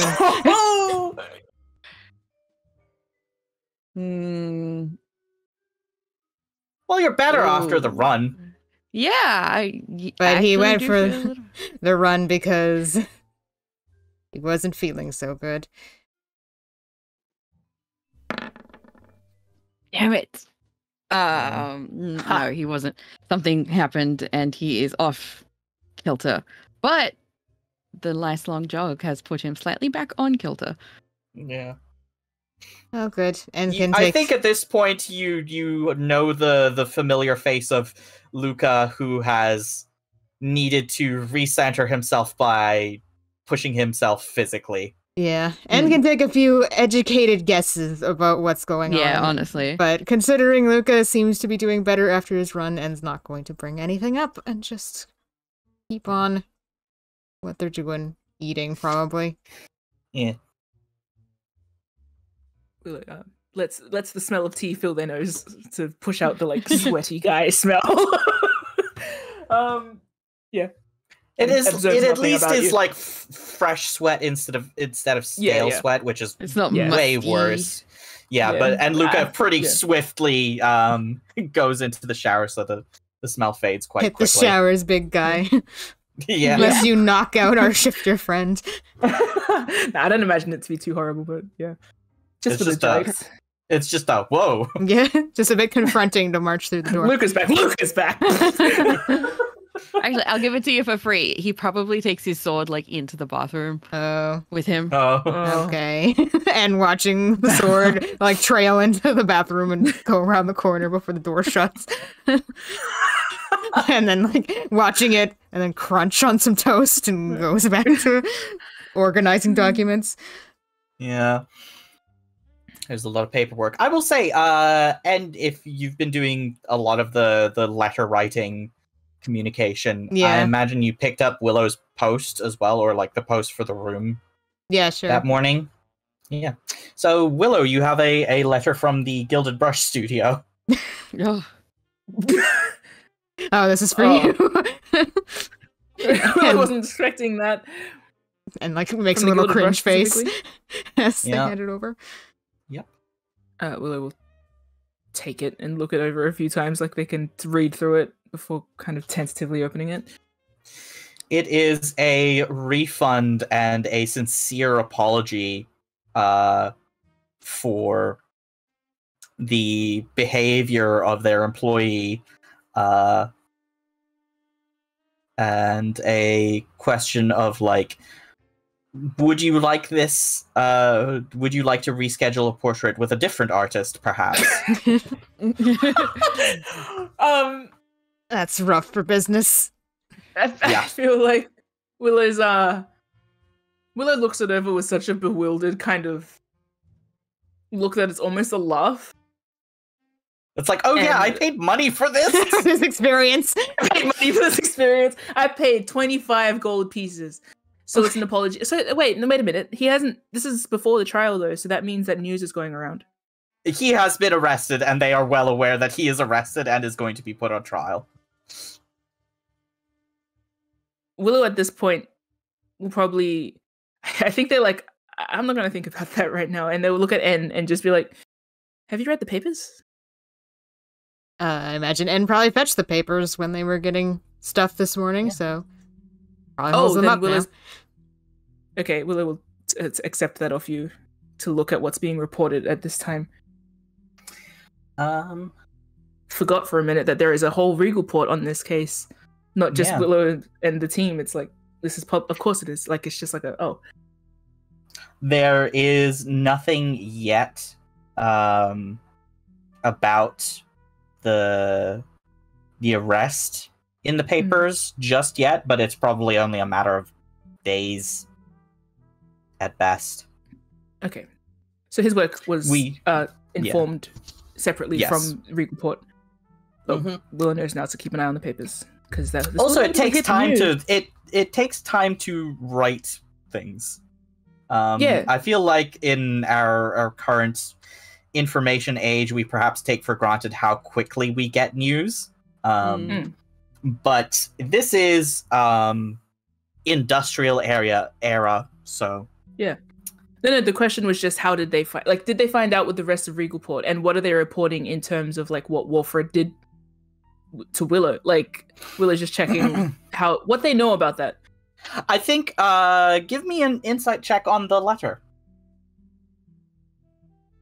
Reveal your secrets, paper. Because I don't think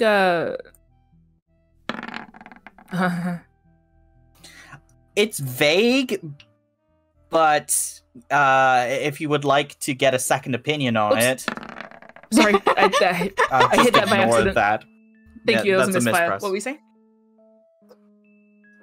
If you'd like to have a friend look over it, you can re-roll with an advantage for the help action. N is here. And probably already read the paper, so they'll... Is it from the paper or from my letter? The letter is what you're giving an insight check on. The papers haven't reported the arrest yet. It's just general news. Nothing about the monster either, I assume. No. Cool. That particular one is probably going to stay private. Of course. Naturally. You don't wanna tell the public that there's just eye monsters walking around randomly. Here's what we prepared earlier. Gestures at N. I don't know if Willow's ready to let N look at it, but if N looks suspicious or prompts it, then they won't not. Yeah, it might lean the wording over. of I will say the wording of the letter on a 4 is just like vague enough that it seems completely business centered. Okay. So you can't tell how or to what extent they were informed. Willow might kind of, for a laugh, flop it back on the exchange it for the paper. Sort of toss it to N to read for like a...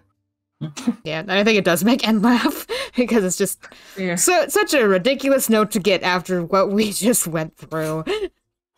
Truly Kafkaesque of, I was brain blasted by a horrible man with a tentacle hat, and I get a refund. Yeah. I mean, at least you get the money back. Did N say that out loud? Yeah, they probably said something to that effect, yes. And do you want to roll an insight check on this? I'll give it a shot. Hey, Nice. there you go.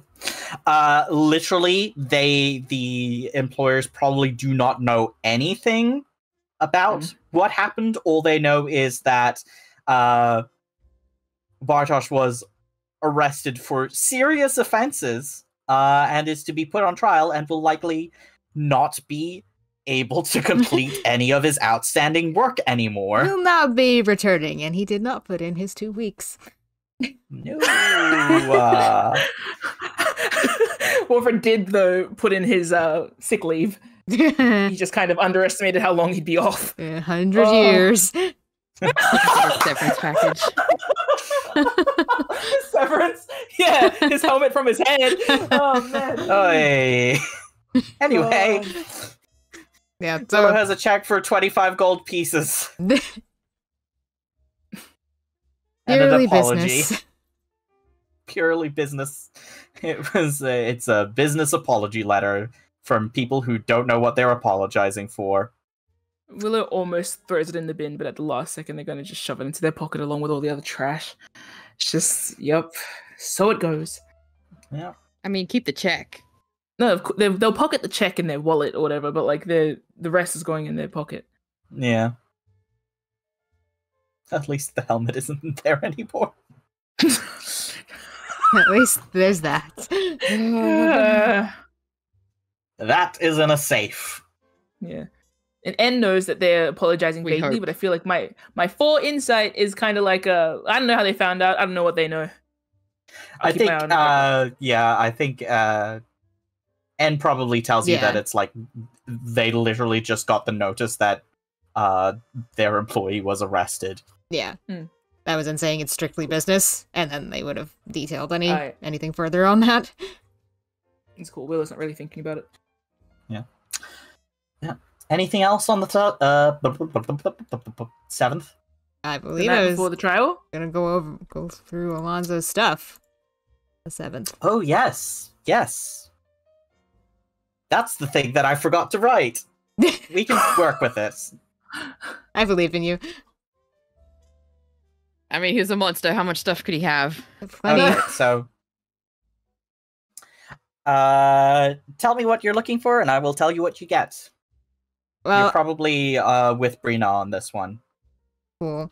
I mean, I'm essentially where gonna is he? try and take anything he had left in his room or on his person. So his clothes and anything he left in his room, his place of his living space while he was hiding out here Yeah. in Regoport, completely unrelated to Edmund Beckett or anything else. Yeah.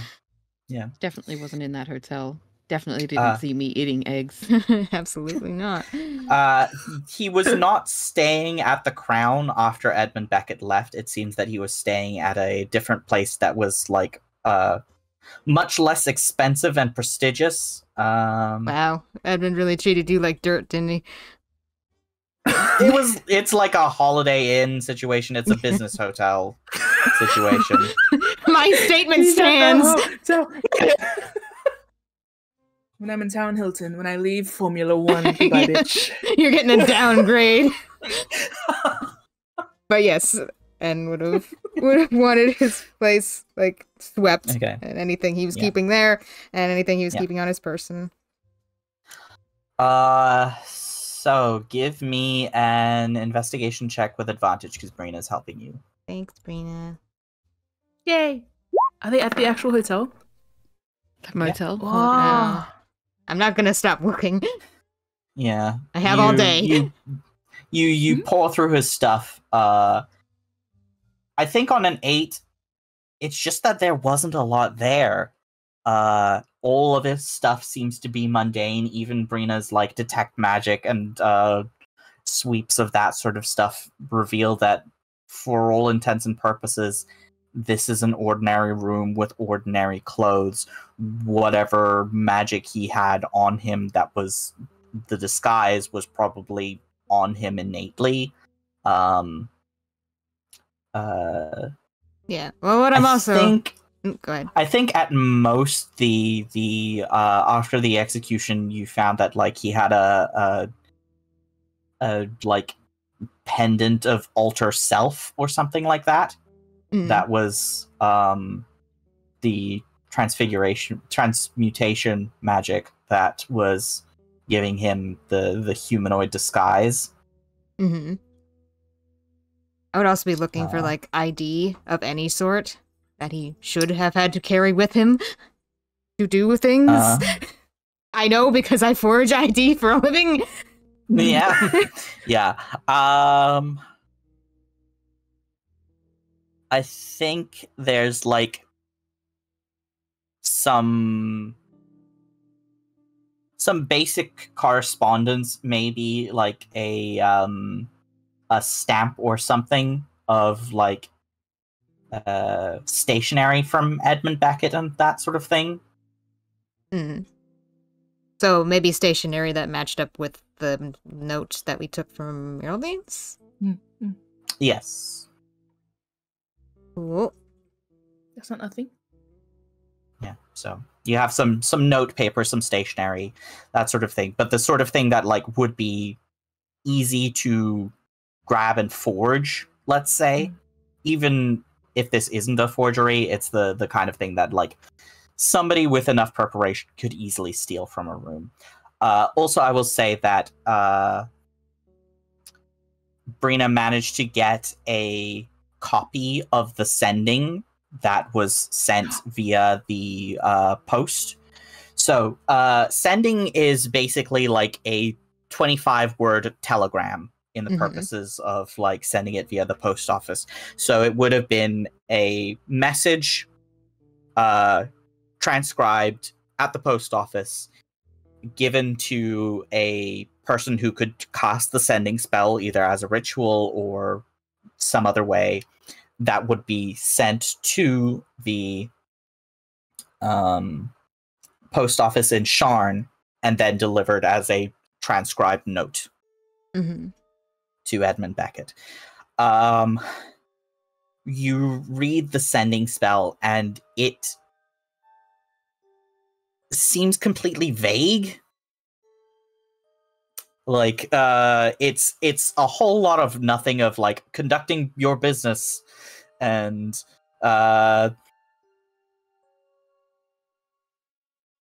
things like that. It sounds like it reads like an auto-generated idea of a message. Yeah, but I know a thing or two about coded messages. Yeah, give me an insight check. Flat or yeah. Hey. Because you have specific knowledge pertaining to this. I have some very specific knowledge pertaining to this. Yes. So you this is easier to sort of infer what the true meaning behind this is. I think like the actual text is describing something about like dry cleaning or purchasing certain items. But what you get from it is that Alonzo alerted Edmund Beckett that the glamour weave coat that he had seen 5 years ago was around town in Regalport. Oh, I'm glamorous, alright. That's... well, you are a changeling. Uh-huh. I see what you're getting at. Snake. Yeah. Call you a coat? I think it's actually not a coat, it should be armor, because you are still wearing the same glamour weave armor that you were when you were undercover. Yep. Oh. So it was like this is just a basic note that's like, hey, the person who escaped is in Regalport, and that's as much as you can get from this note, and that's probably as much as Alonzo could send via public channels. Yes. Makes sense. Well, I'll go ahead and keep a copy of that for my own records then. Please roll me 5d10. Okay.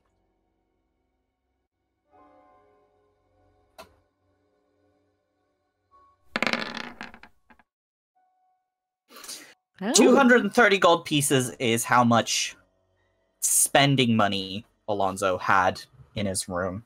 I'm gonna take that. Yeah. As well as anything I Brina's can like- sell. Yeah. I don't think there's anything, like, particularly worthwhile from that otherwise. Brina asks to keep a hold on the pendant of alter self in case I need to find somebody else who's pulling the same trick. But you can keep the money, I think, by all rights. It Damages, and says, shaking the money around in a pouch. Yeah, I don't think the Port Authority can gain any useful evidence from that sort of thing. Be our little secret. So, Yeah. aside from the disappointing lack of anything noteworthy, I've seen Edmund's room. I yeah, expected something similar, so. yep, I've got money. I've got records of a couple things that I might be able to use to sow some seeds of doubt around. mm-hmm. We'll make it work. Like we always have. Yep. Yeah. I will say you have a copy of Alonzo's handwriting and signature, so. Ooh. Nice. Now I have both ends of the spectrum. I have Edmund's signature and Alonzo's. Yeah, so And some of the you stationery. will, Yeah. yeah. So you will have advantage on any checks made to forge correspondence from those two people specifically. Cool. Let's keep a hold of that then. A tool for And the later. Yep. pendant. Can I ask, would N know, like, from a glance, how expensive that is? Or how rare it is? Brina's keeping hold of it. Oh no, I'm just Um, curious, like, before Brina takes it. Like, I would say it's an uncommon magic item. Hmm. Think me.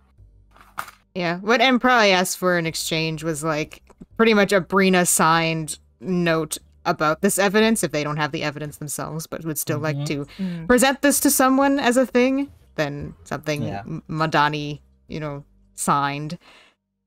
Madani approved. Yeah. Got this from Alonzo's room specifically, like a receipt.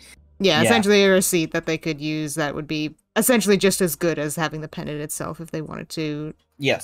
assure anyone else that this is a thing. Yes. Yep. Nice. Smart. Yeah. Easy. Great. Gonna start a new section in my bio called Snapdragon Evidence. Nice. I'll put it in my creator backstory section there. So it's not getting lost with my other stuff. Sorry, what did you say? Yeah. Call it your what? Call Court it your court record. record. Oh, We've got that already. I made one. this is something else. I know. So nice.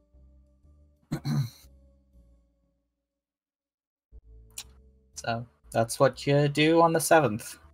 Yep. Is the trial the next day? No, Nope. 2 days. On the 9th. 8th and then 9th. Oh, sorry, I forgot how numbers work. It's like Classic 7. meme. Next number is 9, right? No. Apparently 687 this time. Wait, 688? 8, whatever. 788. Apparently 788, yeah. You know what's fun? The trial's on the same day, the 9th, as the day we broke into Edmund Beckett's room last month. It was the 9th. Oh, last month. Yeah. What a month it's been. It certainly Yeah. has. Yep. Holy moly! Hey, that's so cool. We started it and then he ended it. Whatever. Yeah. Was ended. An end was had. Yeah, sorry. 7 done, I guess. Okay. We move on to the 8th. Willow, you're keeping an eye on the papers, and they are now buzzing with news of the murder being solved. Meraldine is in the spotlight. The Regal Port Herald says, "Architect of auction attack arrested." As the headline.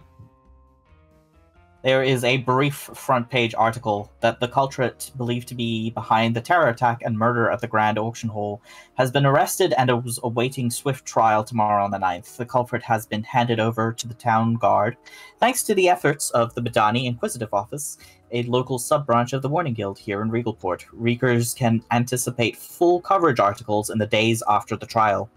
Do you also check our less reputable sources? Of course. Absolutely. Yeah. Naturally. The headline for the scuttlebutt is Kyber cursed killer caught thanks to clever captains.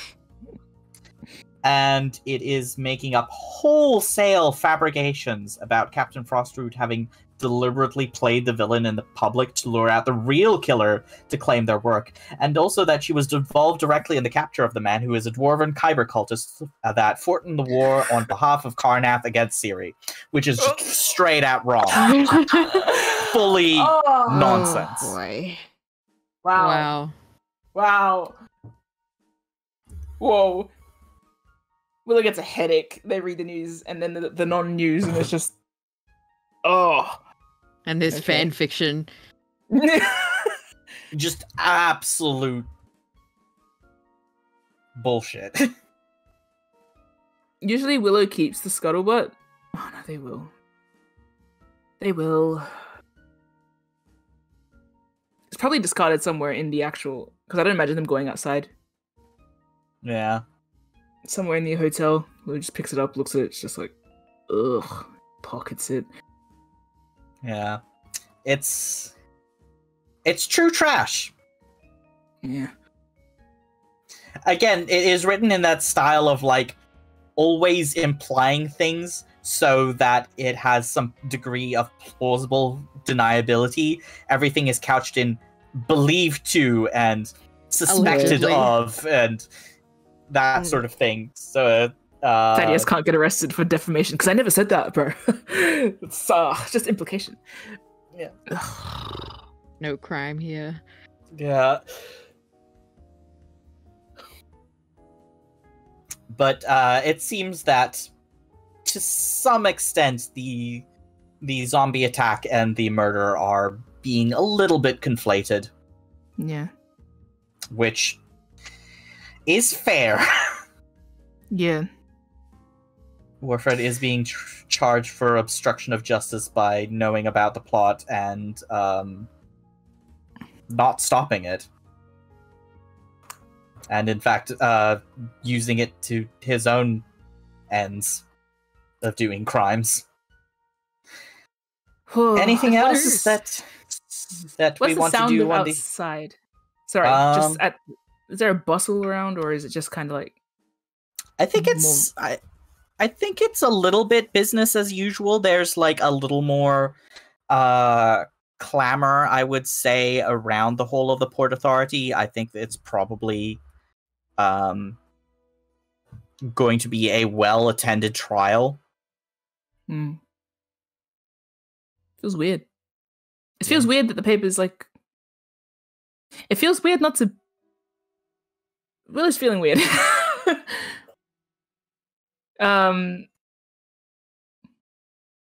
Anyway, the only other thing I can think to do today is what I was saying before we might do the night before the trial. Today is the night before the trial. Finally. For once. You guys have any other plans? For 8th. Anne's probably busy with Brina, I guess. Preparing for the trial.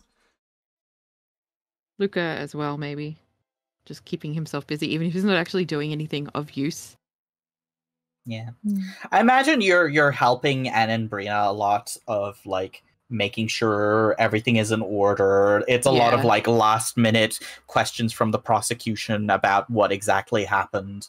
Yeah. Stuff like that. Clarifying timelines and so on. Oh, yeah. There's something quite like, I don't know. I feel like Willow takes the paper and comes back up to the room, and there's just like a weird loneliness, I guess. I imagine 'Cause if like you guys Anne are- and Luca are in and out of the room, like Yeah, not I'm all fond hours of of the day, but yeah. I feel like Willow was going to come back and be like, "You guys are in the paper, but like you guys aren't there." So it's just kind of like this hollowness for a sec. It's a nothing day Yeah. for Willow, just sitting and kind of processing. Yeah.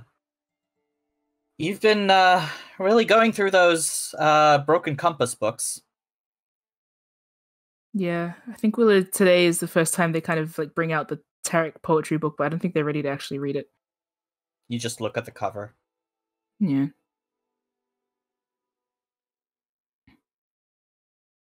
Pocket it again.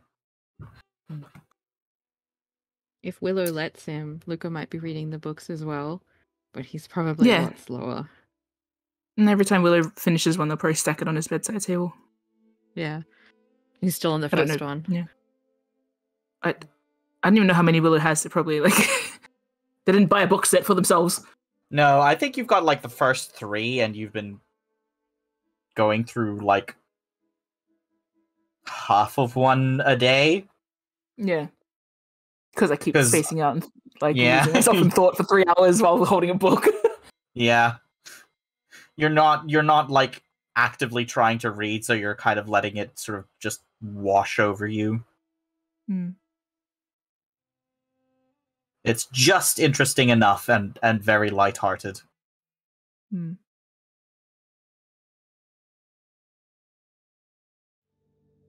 There's a talking giant sea turtle in it Mhm. at one point. That's That's fun. nice. Didn't Kat say something about a giant sea turtle once? Dragon turtle. Dragon turtle. That's the one. So, night of the 8th.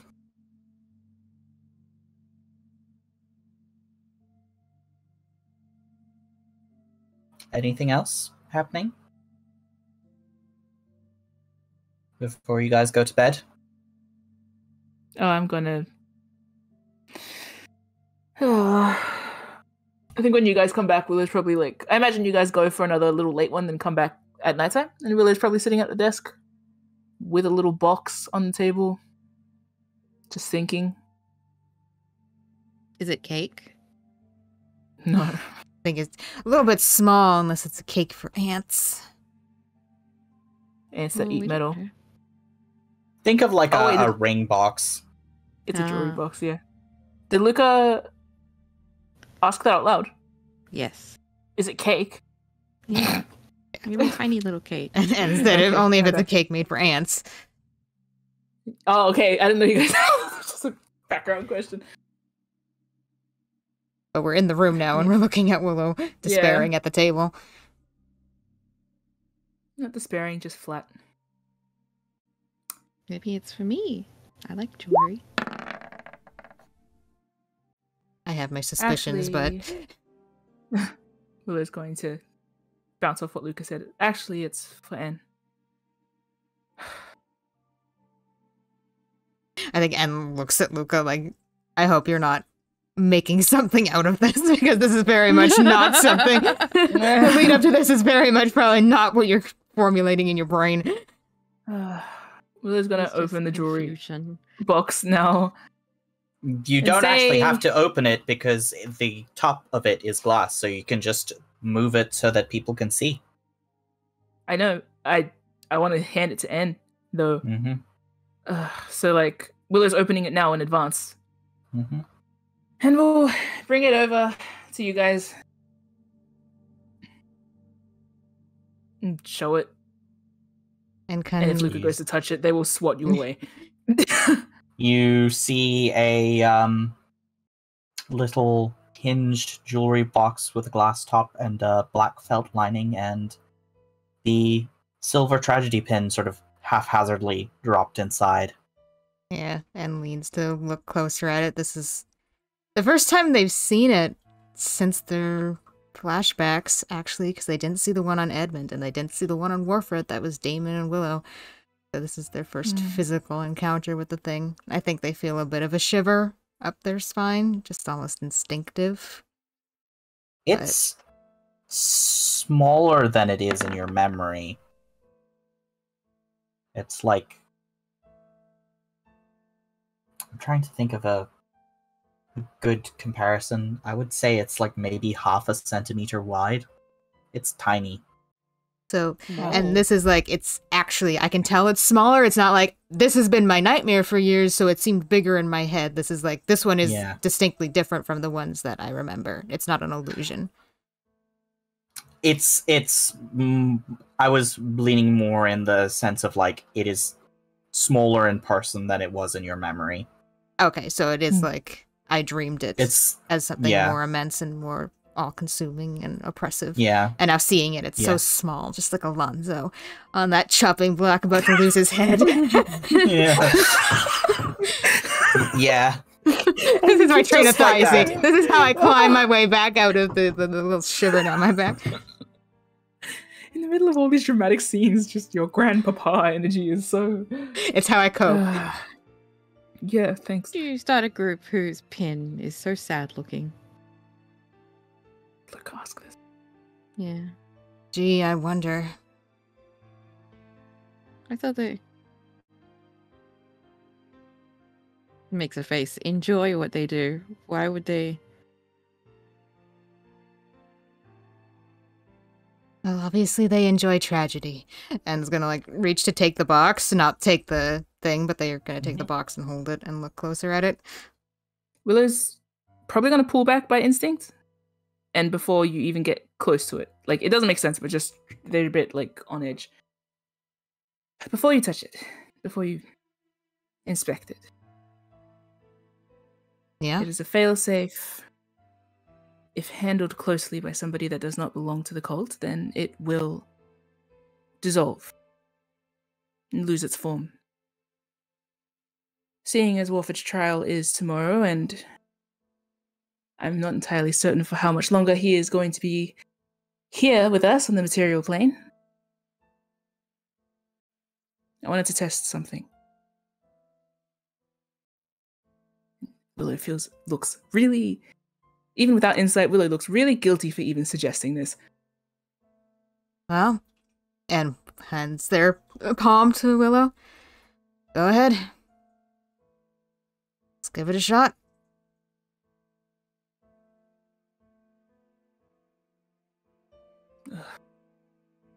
And seems pretty casual and calm about it. Okay. We'll flip it over onto your hand. And can you make a charisma saving throw? Right. Nice. Whoa. How's that? These 26s! They're really coming around for us. I need to do something strong so I can try and get a 26. Soon, Luca, soon. You're processing right now, which is not your strong suit. Anyway.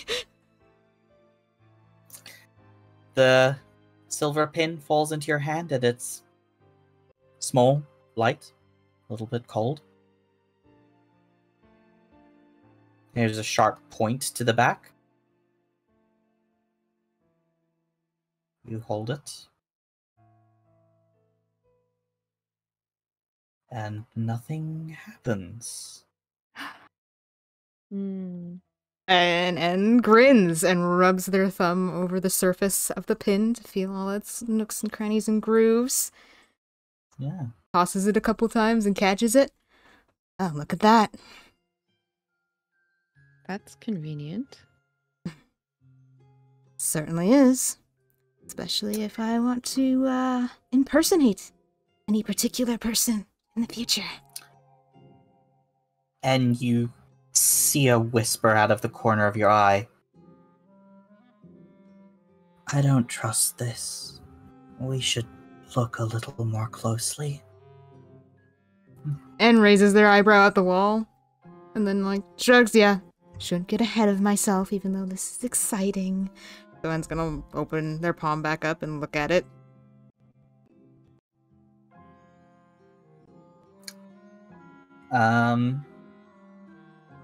You feel the urge to cast Detect Thoughts.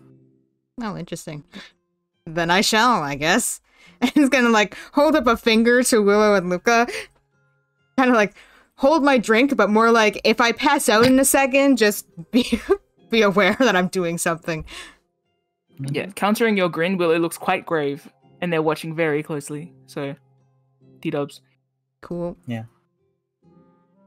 Yeah, I think I'm standing a bit close to Willow and Luca. Literally, like, if this knocks me on my ass, I want to be near some people that are gonna be able to stop me from breaking my tailbone before the trial, because that would be embarrassing. Anyway, let's detect thoughts this in. Show up to the trial with a concussion. Yeah, with one of those neck braces. Like a cat that just came out of surgery. Stop it! Do the fucking detect! This is how I cope. I'm sorry. Okay, I'm gonna detect thoughts on the pin. Hit me. On your brain. Don't hit him! Them. I don't know what I'm talking about. Can you post Detect Thoughts in the chat just once more? Okay.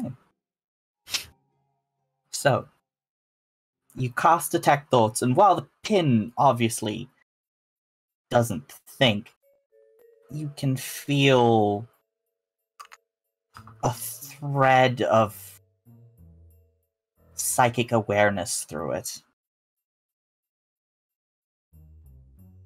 All right.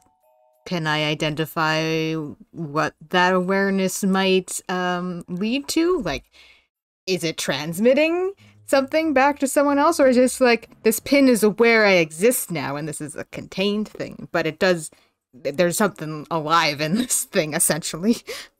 Or is it a spy device? What am I working with here? Can I deduce any of that? I think make an Arcana check with advantage. Okay. How's that? Oh! Yes! Yes! So, as you hold it and you gently press into that string of psychic awareness, it's like dipping your fingers into water and feeling that there is a very strong current flowing beneath the surface. And you feel it leading to a place, although it's not a place in space necessarily, but you can feel the, like, something is dragging what this pin is exposed to out or in towards something. It's like putting your hand in a whirlpool and feeling that suction pulling in. It's really strange because this is not an enchantment, and this is not a property of the metal. This is not something that Willow could detect on it. Willow has cast Identify on it. This is something that purely you can sense because of your connection with the eye.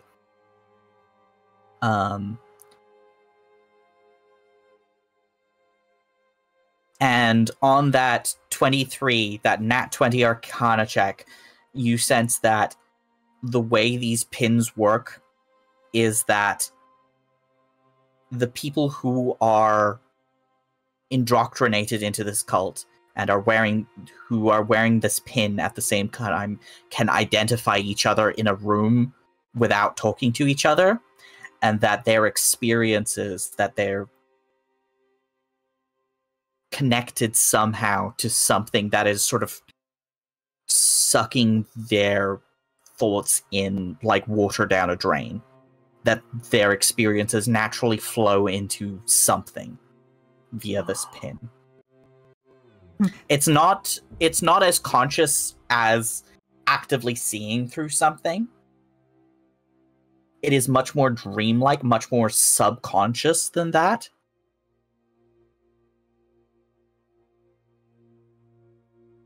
Now, but it is there. If I'm understanding this correctly, this sounds a lot like if they are, you know, perhaps audience to something like a snuff theater, then that information will be drawn down into this pool of experience that these pins. Yep. That these pins seem to be collating from all of the cult members. So by wearing this pin, my experiences, or whoever's experiences, are drawn like a river, like a stream, into the greater whole of maybe, I don't know, a sleeping tyrant that wants to dream about people suffering and dying and screaming and crying. Yep. I think on top of that, you also hear the eye say, "If we hold on to this, they'll know we're coming."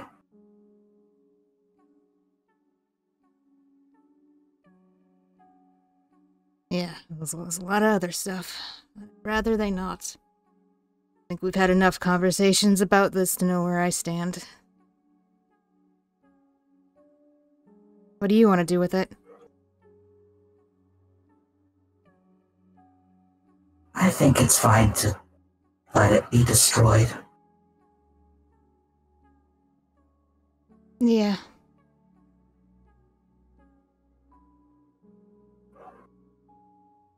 We already have the proof that we need. It's better that way. Better to try our luck getting into their ranks if we need be without one of these things, considering that would probably undermine the whole attempt right out of the gate.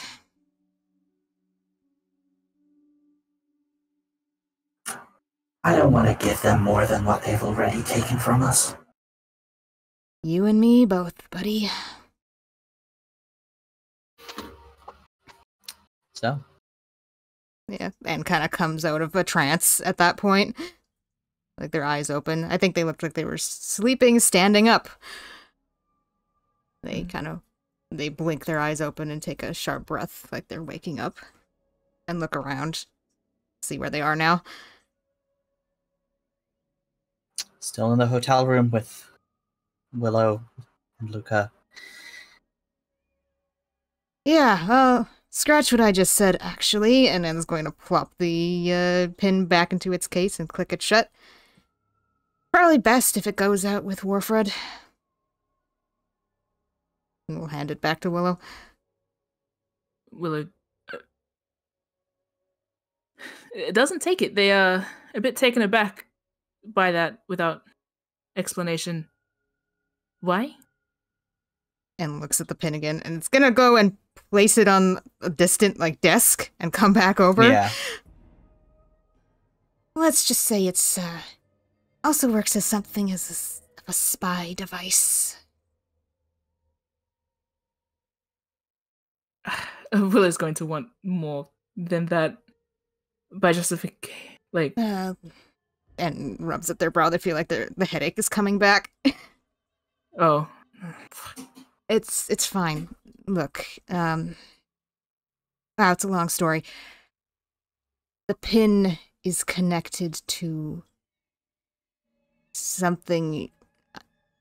I'm going to explain this later. There's something that this is all connected to much bigger than a bunch of crazy people. And that pin is taking whoever wears its experiences and pretty much like a stream sending it back to the center of this thing that the Snapdragons are all connected to. So essentially, by keeping that thing, we are letting the Snapdragons know about all of our movements, all of the problems we have, and then whenever I'm gonna show up in town again. Willow looks over at it now. I think with a Anne is kind of, saying like- this in messages too, and keeping Yeah, a look. Yeah, Willow looks over at it now in the...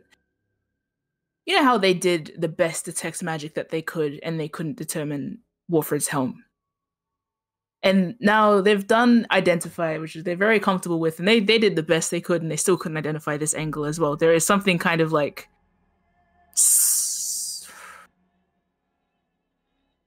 bitter about the way that they look at it. And then they comment, they remark, like a spider web. Something like that. Mm.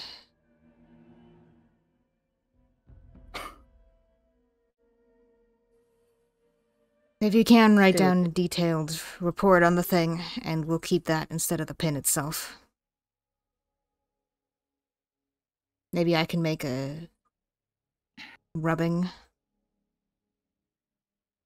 Question to Zeke, is this the kind of Mhm. thing of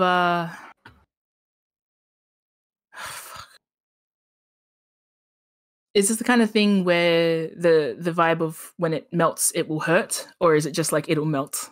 It will just melt. Okay. It's not like it'll melt, explode, it's just that it'll melt, it'll be destroyed. But not in like a Yeah. destructive way. Okay. It will just lose its form, basically. Hmm. Like seeing ice melt into water. And knowing this, it's not just that N is holding it, that it's activated like a psychic thing. It's always got this psychic thing that's just not detectable via conventional means. It seems to be only when people are holding it. Or only when somebody who is part of this cult is holding it.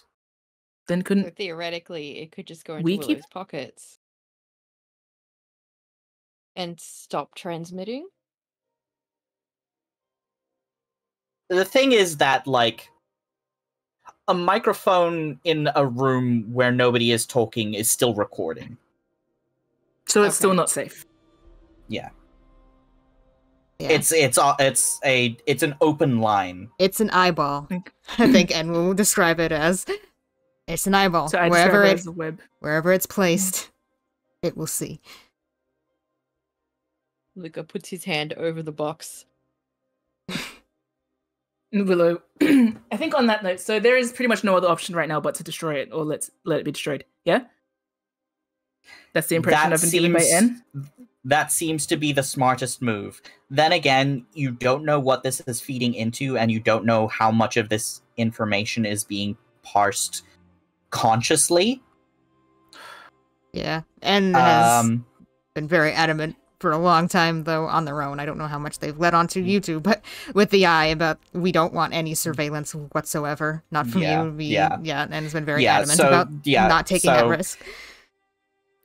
N is aware that this is like a subconscious thing, and I think they are able to explain to Willow if they ask more about like why am I not picking up this as magic is because it's kind of too ambient and too,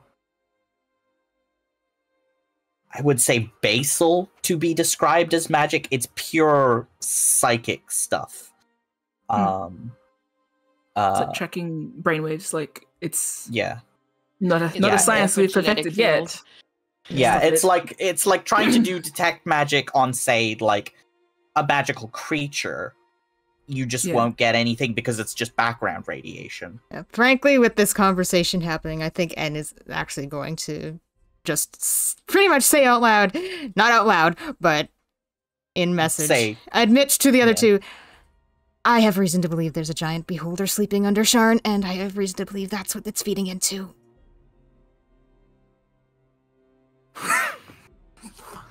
There was a reason I didn't tell you right out the gate.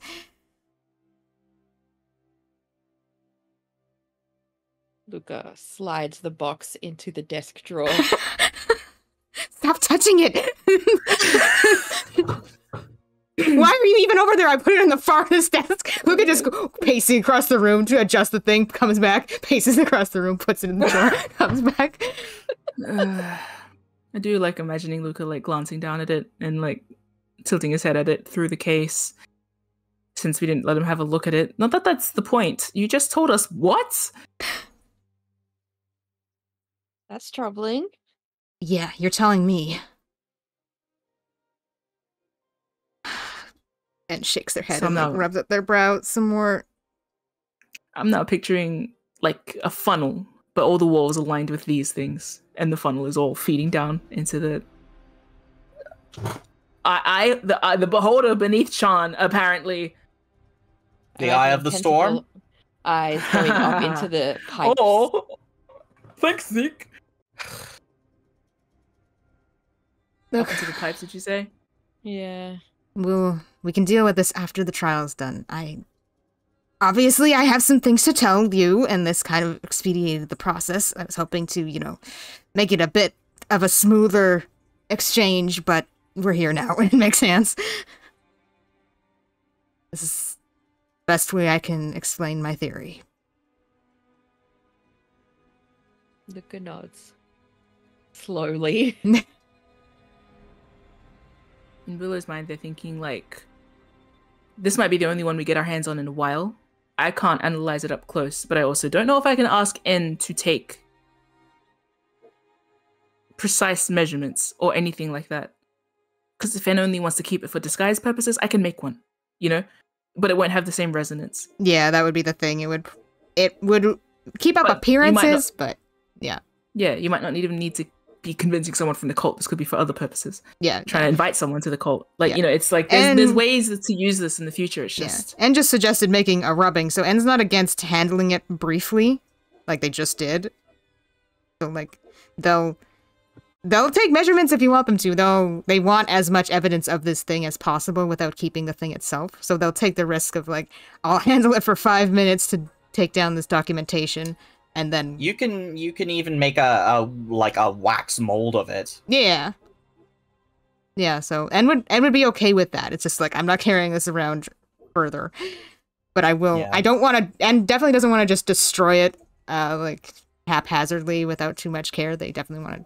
As close as they can get to having the pin without the added, benefit of being connected to the tyrant. And another thing... Okay, well, so you already know what the tyrant is. So this isn't the kind of thing that could be like reverse engineered to become something that we use to detect them.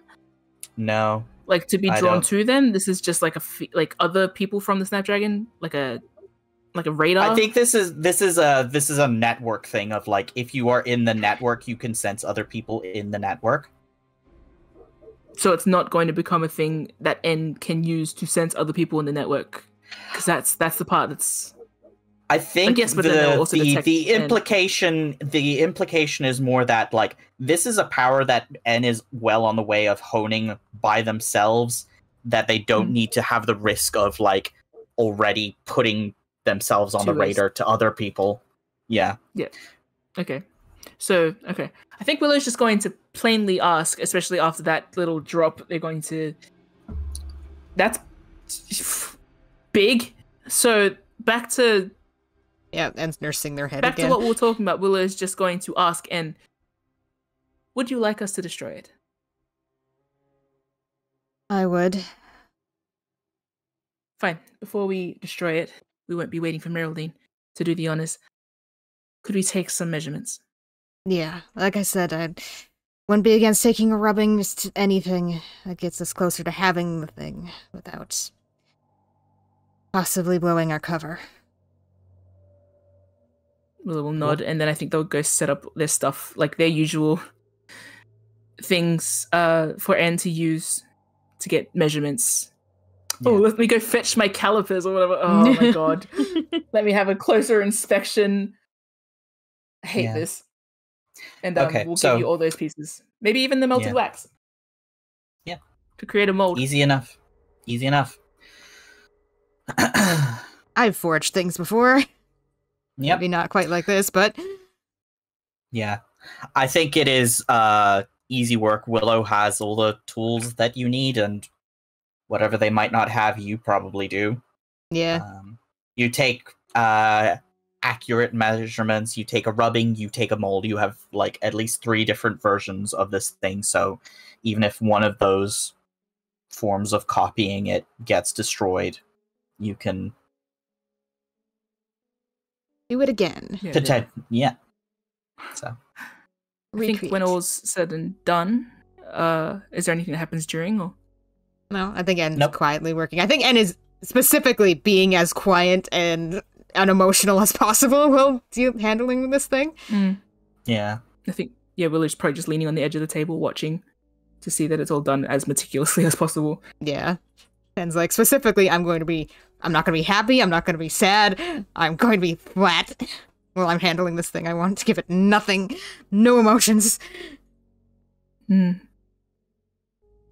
Probably similar to that look on Kai's face and look on Audrey's face when she came into Warfred's cell, just that kind of absence of emotion that can sometimes overcome N. Yeah. Just focus. How does N let me know that they're done? Or how do we determine that N is finished? I think they finish taking all the measurements and place down the paper and kind of shift back in their seat and nod. There's nothing else I can think to do, and it's dangerous to keep here. Is there nothing else I can think to do? I don't think there is. I think settling on that, Willow's going to nod to catch Luca's attention, because I imagine he's kind of floated off somewhere else. Unless he's watching. Oh, probably just watching, yeah. Yeah. Would you like to do the honors? Luca puts his hand on his sword. Won't be needing that. I think you could probably crush it in your fist. Well, he doesn't know that it... Willow's going melts, to... right? Yeah. Willow's going to simply drop it in his hand and watch and wait. Yeah. Flesh hand or a porcelain hand? Porcelain, just in case it burns him. Yeah. I'm sorry. I would have dropped it in your porcelain hand. Okay. And watch and wait and sort of invite N to come and watch. Yeah, and See what happens. Yeah. Rolls on over and peers down at Luca's hand. Yeah. A minute passes. And then it just slowly sort of liquefies into a blob. And I imagine you cast Detect Thoughts again to Make sure, yeah. keep a bead on that thing. Yeah. And when it finally stops melting, you feel that current just cease. Well, that's a relief, Luca says, swishing the puddle in his hand. Yeah. It like melts like mercury metal. Yeah, that's what I thought. And then becomes solid. I think I'll take the And it's just little a lump of silver. Yeah, the Now little lump. inactive. I'll take it. I'll put it in my coin purse. Easy done. In the Next time we have to cut someone else off, I'll know who to call. And elbows Luca. No idea what that means, so...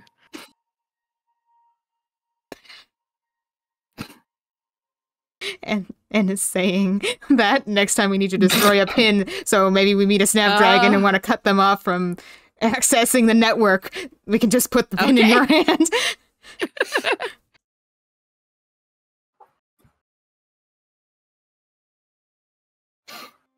Deletes your password, cancels your account. Yeah, essentially. Luca resets your password and then forgets what the password he reset it to was. So you're really locked out now. Changes your email password to the same time. It's just gone forever. Kiss your ass goodbye. Actually, second time we've done this. Luca's palm has like a floral etching on it, so the metal probably dried with the same floral etching reversed. Ah, yeah. Yeah. Nice. I observed that, run my thumb over it, and then put it in my coin purse. My odds and ends coin purse, recall? Yeah. We all have matching ones that I made us at the end of last arc. I remember. Sorry, last arc. Yeah. That's why Luca keeps his everyday money. Oh, you have everyday money? Damn. Yeah, I have 1 gold. You have more now. You got reimbursed for... Yeah, you have I 26 checked. gold. I haven't banked it yet. Yeah. It's because sending 25 gold pieces in a letter is a bit heavy. Bit much. That's okay. Too much. I think it's now just time for Willow to sort of go and sit on the edge of their bed and think. Yeah, and casts like an apologetic look kind of Willow's way before going back to nurse their head. Make us dinner. They really didn't By want that to I mean drop I'll this. order dinner. Thanks, Luca. They didn't want to drop This information here Yeah. and now, but this came up and there was really like no point in them being mysterious about it. But now it's out and good, great. En's apologetic look gets dismissed with a little wave of the hands, though. Like, don't apologize for it. It's just It's your tyrant. And I know. We just need to think, like, or not. I think Willow's gonna sit down, like they're gonna think, and then it's just like, I need to sleep. Actually, Picks up the Golden Compass book, places on face, and lays down. no, I don't even think they're going to. I feel like it's just gonna. They sit in the bed and then they just start. You don't know when Willow fell asleep, kind of thing. Yeah. They're just chilling. Yeah, I think En's gonna eat whatever Luca gets and then probably go to sleep themselves because now they feel kind of wasted and shaken up. Yeah. Yeah. Luca's looking at his bed like, I don't trust you. Oh yeah, you've had nightmares every night. Mm. But he needs Didn't to have sleep. one last so- night, but Oh, yeah. That doesn't mean anything. Yeah. but the 8th. No, there's bad energy in the room. It's like, oh. Mm. Well, actually, I the see bad what's energy's gone. We got rid We of actually it. destroyed it. Mm. You melted No, we it in didn't your destroy it, very we own just- palm. We just disconnected from it. That doesn't mean it's not there. It's not in this Yeah. room anymore. Ooh. You're free of it. I love the idea. Safe here. Love the idea of like the thing melting and then there's like that cutaway shot to like Wolford preparing for his trial. But anyway, like he just got disconnected fully. Mm-hmm. Mhm. Yikes. Yep. Oh my god. What's on each of your minds as you go to sleep, knowing that the trial will be happening tomorrow? I feel like after that experience and En's a million miles away from that trial, maybe all the way Yeah. back in Sharn. I think En proclaimed to the Eye on the 5th that we're going back to Sharn, and even though they said it and they're setting out on this trajectory, they're thinking about how long they have to figure things out before they get to Sharn by going through Karnath and then whatever comes after that. And they're just really reconciling with this fact that I'm going back to Sharn and there's something terrible sleeping under Sharn. I left Sharn and now I have to go back to Sharn, and it's just Yeah. oh boy. You're grappling with Yeah, that. I said it with such conviction to the Eye, and I know I need to do that because I can't leave that there. I can't leave that there. But I gotta go back to Sharn. It's hard. Yeah. I think as you are I can't say anything else publicly. I just can only make noises of agony right now. I heard the urgent scream that I don't think I've ever heard you do that before, and just like, yeah, here we go. You gotta yeah. go back to Sean. And I think gotta go back to as Sharn, you rolls are- over. I gotta go back to Sharn, rolls over the other side. I think as you are grappling that thought, there is sort of a gentle pressure on the inside of your mind of the Eye being like, we are going back to Sharn. And we Mhm. will decide when we're ready.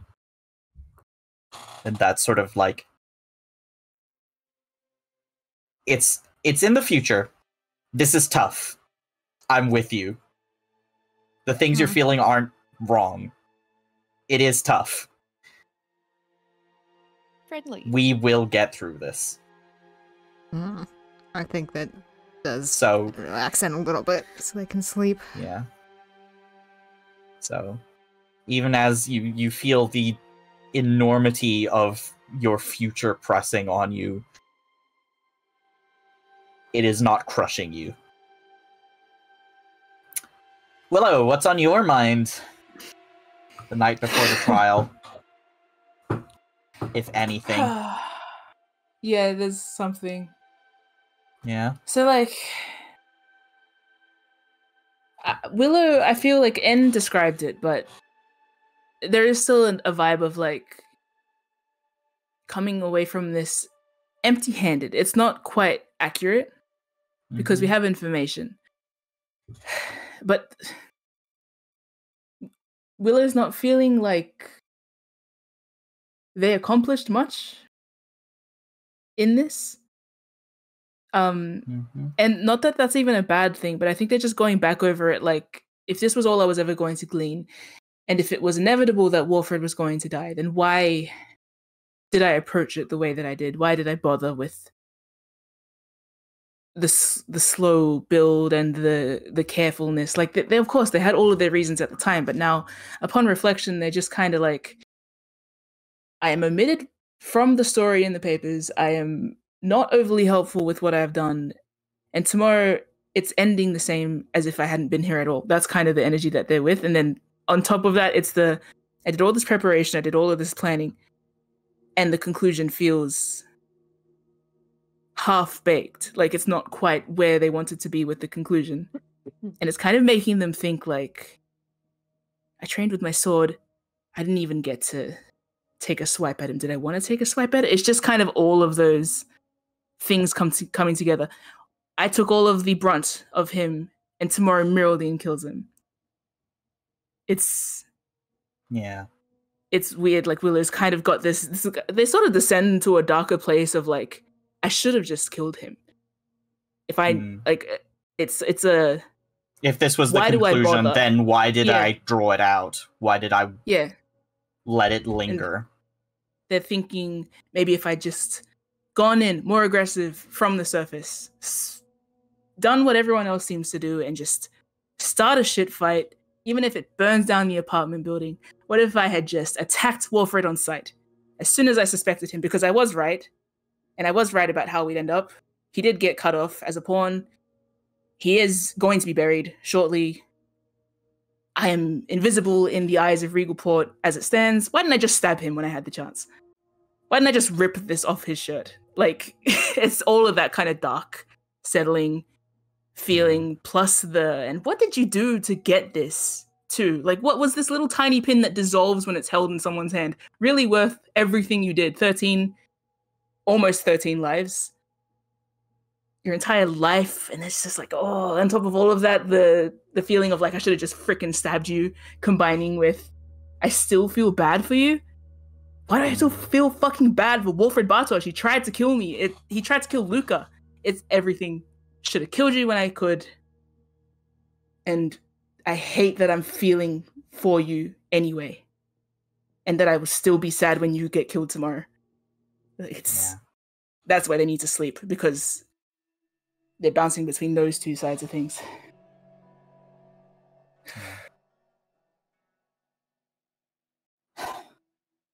Luca, what's on your mind the night of the trial? Luca is attempting to temper his resentment of Wilfred with the idea that tomorrow brings closure for a lot of people, regardless of the outcome. Just trying to put some faith into that. Yeah. I think you've had conversations with Brina over the last few days and preparing evidence for the trial and so on, is that even if the justice system isn't perfect, it's better than the alternative of just like outright letting people escape or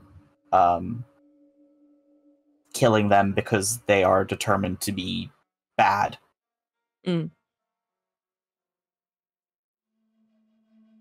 It's a public trial. People will know what he has done. And there is no way for him to absolve himself of this. That is something.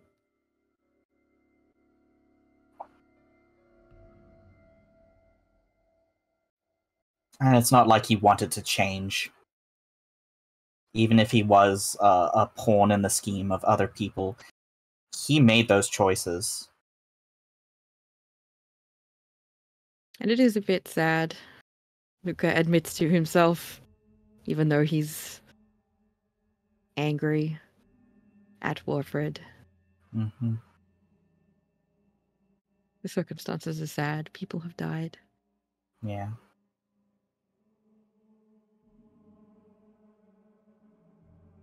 I imagine that Luca will make a deep sigh and then just roll over and turn his brain off. Yeah. Not thinking about any of that anymore. Yeah.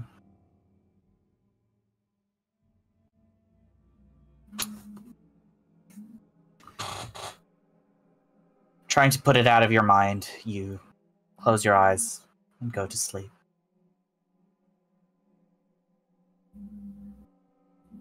And in the night, another dream.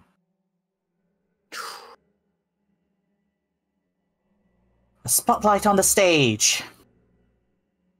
The curtains are drawn, and a little toy soldier marches out on strings to the beat of a snare drum.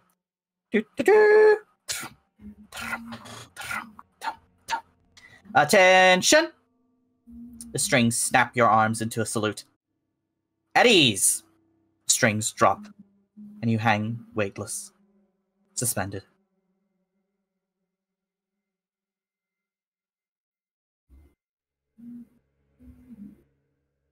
What do you do?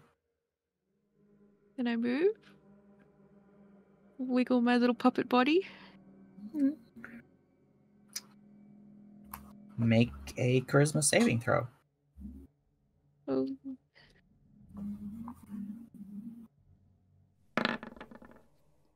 Hey. Not bad. You move and try to walk around. It's a strange sort of flat puppet theater world. I want to try to walk off stage. I don't want to be here. Let me go. You try to walk off stage, and you keep walking. You walk, and you walk, and you walk onto a ship, and you walk off the ship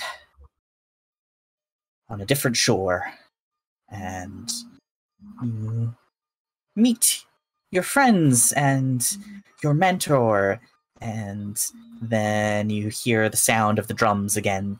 Trum, trum, trum, tum, tum.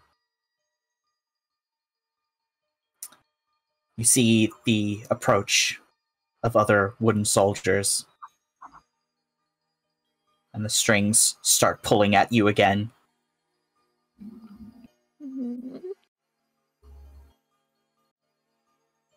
Make an intelligence saving throw. Oh, great. No. You are unable to resist the pull of the strings as you hear the trumpets call. Attack! The strings pull you forward into a deadly dance, fighting other wooden soldiers, hacking at their strings. Pulled this way and that, your movement's not your own, until only you are left standing. You gaze down at your toy sword and realize it is covered in blood.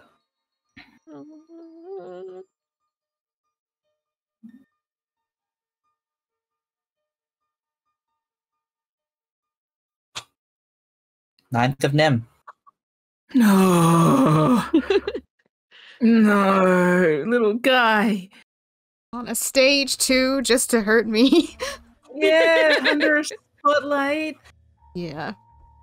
Oh, thank you, dice gods, for making you fail that. But oh, blessed -1. You always know just what to say. Thank you, Luca, for being so stupid. No. Okay. Hey. We are now back where we ended. The trial of Warfred Bartosz has concluded. All of Regalport knows what he has done. The evidence is clear. His use of magic to disguise the symbiont helm his use of illusion to pretend to be various people over the course of this, of impersonating, not in the least, Meraldine Frostroot and Tarek Elhem, but also the known operatives of the Emerald Claw that had orchestrated the undead attack, one of whom died in custody.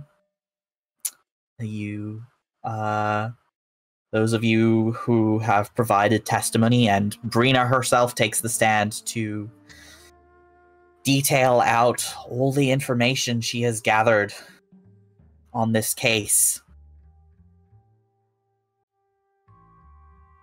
And then the sentence is handed down. 100 years in Dreadhold. The most formidable prison in all of Eberron.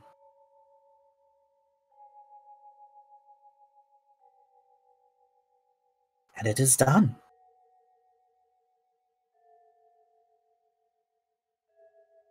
We see Willow in their guise as Gilgasket approach Meraldine and do the full head tilt when they realize that Warfred isn't going to be executed at all. Huh. We see later that evening when Brina and Audrey have their aside as the case is finally closed.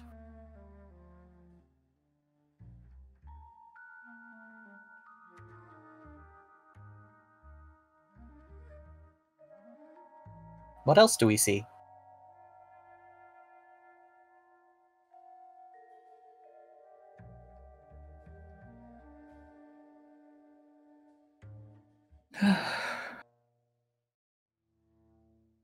Well, my hat go into the ocean, but do you mean something else?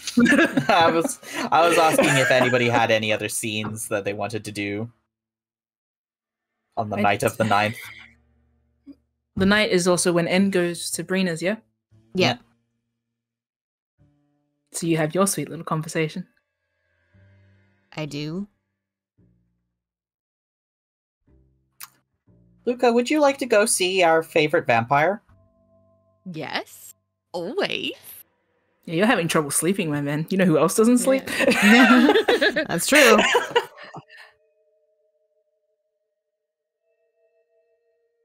So I think while N is... Actually, I don't know. I don't know if I should be leaving Willow alone. Willow's back in the room. Well, what way? Because, like, N's probably going to go from our room, I imagine, because we came back. Yeah. Yeah, and it'll come back, like, drop off their stuff, maybe wash up, and then go out again. Since they did wear these I think it was hats. like you guys had dinner after the trial and then have sort of peeled off in your separate directions. Yeah, and like prompted by N leaving. Remember that Willow was kind of normal after the end of the trial. That we had our poignant moments. They dived into the water to get their hat back. To get their hat back. They had a swim. They seem relatively normal. So like they're not looking like, don't leave me alone. Don't leave me by myself. It's it's more of a like, I wasn't expecting that. Time to compute. Yeah. But better than expected? Question mark? I don't even know if better. It's just like different. Well, that's new. And there's now posed the new question of who's Meraldine. Yeah. So they're not quite circling that yet, but it is kind of hovering there. Yeah. As like, oh, this case isn't closed for me, is it? Not till I find the answers that I'm so dissatisfied by. And it's not the echo of like Warfred's thing about like he didn't make the rot in Regalport, he just pointed at it or whatever he said. Like, oh, Willow's not trusting his word because he's delusional. But they are wondering like what he meant by that. This is kind of like passive background thought while Willow probably just like has snacks, but is snack. Willow isn't despairing, so yeah, you can do church things. Yeah, they're always thoughtful. Okay, cool. Then yes. I need to leave.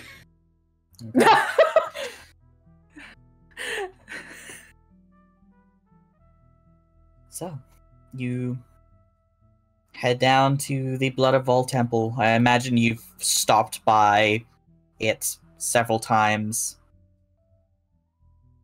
over the past few days, just to, like, find a space where you can sort of settle your thoughts, even if you don't necessarily interact that much with the staff there, but you show up now for the evening service. And after that is concluded, I imagine you ask to see the Bloodsworn Champion.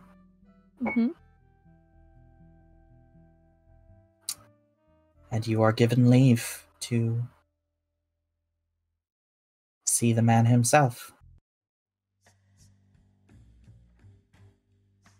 Okay, cool. Seeker Nereus is sitting peacefully, kneeling really, in front of his coffin, paging through an ancient tome thoughtfully when you arrive. Oh. Seeker Luca, I was wondering when I would see you again. I'm not disturbing you, am I? No. He closes the book. Can I see what it is? Make a perception check. Yeah.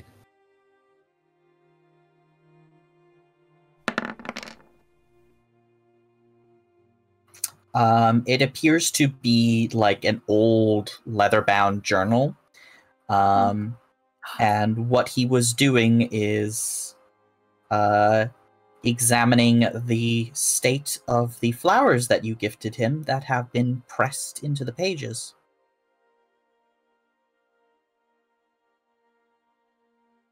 I can go! What? I feel better now. I can leave.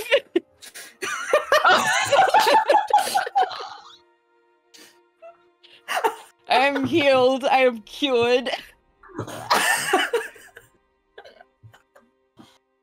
You're so right.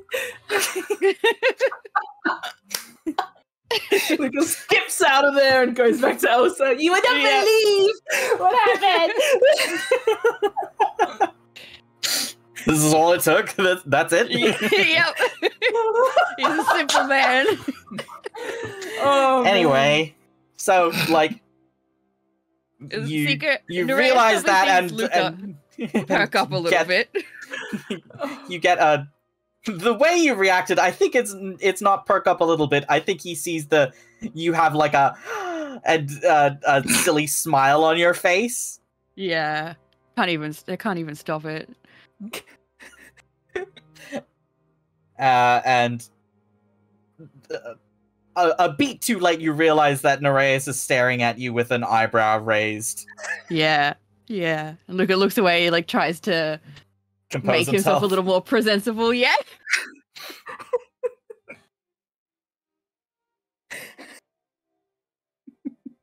To what do I owe the pleasure of your visit? Well, I've been having some trouble. I'm not sure how much you know about what's happened. I have asked Seeker Torg to deliver the newspapers to me.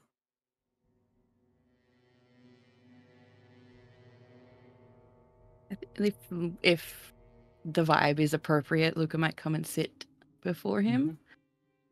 Well, I think what happens is that, like, you have that sort of, like, finger twiddling energy of, like, this is a long conversation, and Nereus guides you down to basically sit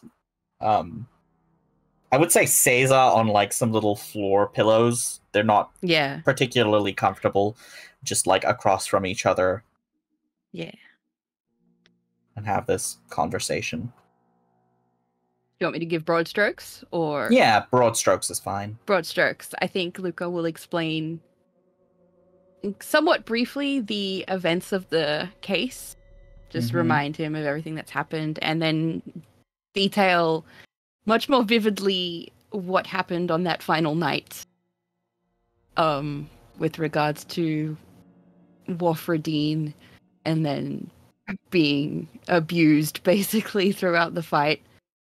And then his subsequent nightmares, his time he's been spending in the temple, and how he's sort of been struggling with a few of the difficult feelings that have been left with him after all is said and done. Even talk about the trial. He wasn't sure what he was expecting. And he's not even sure how he feels now because part of him wanted something worse just because of how he felt. But he knows that's not appropriate at all. So he feels guilty for even having that thought. There's just a lot of emotions. Yeah. Nereus listens to you calmly.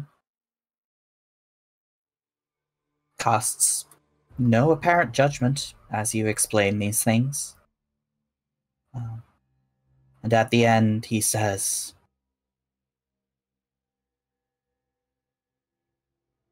"It is often difficult to learn from our experiences and the moment in which they are occurring. But you have sought me out because you want to learn something from this." Is that immature, naive to hope that something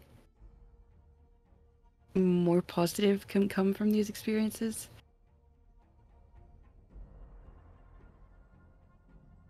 I would say that it is in line with your oath that you must have faith that better things are possible. Much like my oath commands me to protect and to serve those that are under my care. You seek to improve and to amend. In the case of this dwarf murderer,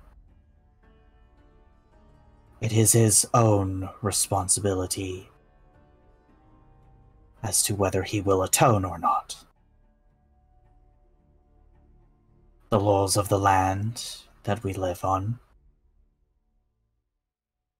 have meted out his punishment, and he is still alive, and he will have to reconcile with what that means for him.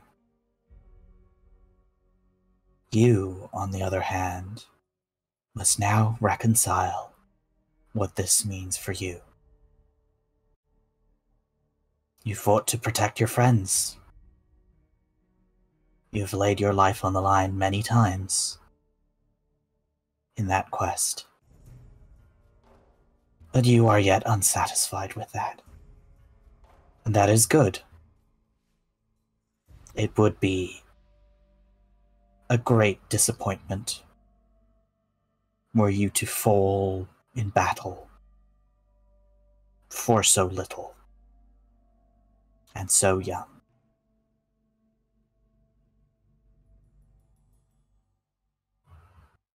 What do you regret the most?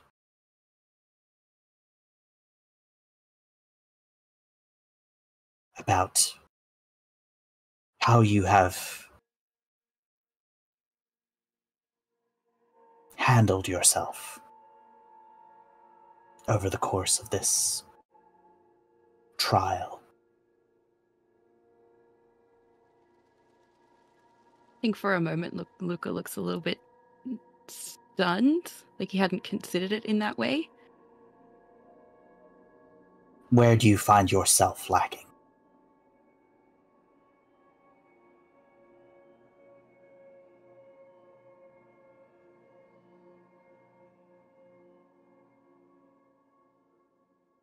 Oh my gosh, I don't. There's so much. Would Zara like a suggestion? Yes. Well, step one, Luca feels like he probably hasn't been at his best in combat.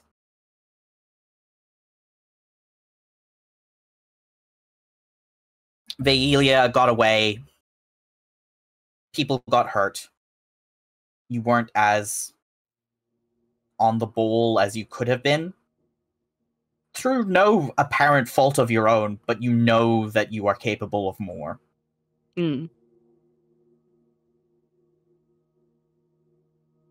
When I have nightmares of my past, the thing that is most terrifying is my proficiency.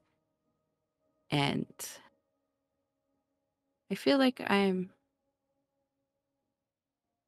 while I'm still young and new to my oath, I'm managing that well.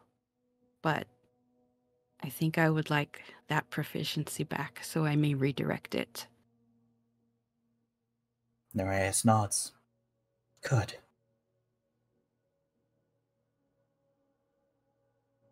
A good answer to have.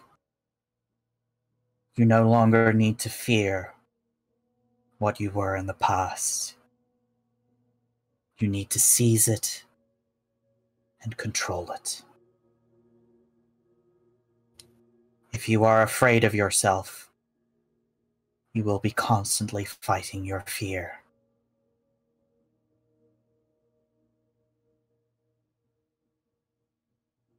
We will work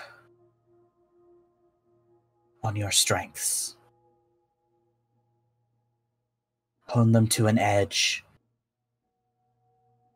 so that none may take your power and wield it against you.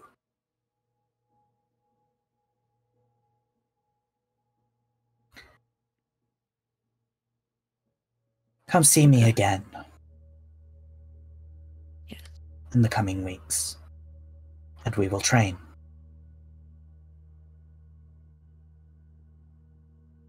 Luca seems honored that he's been allowed to do that.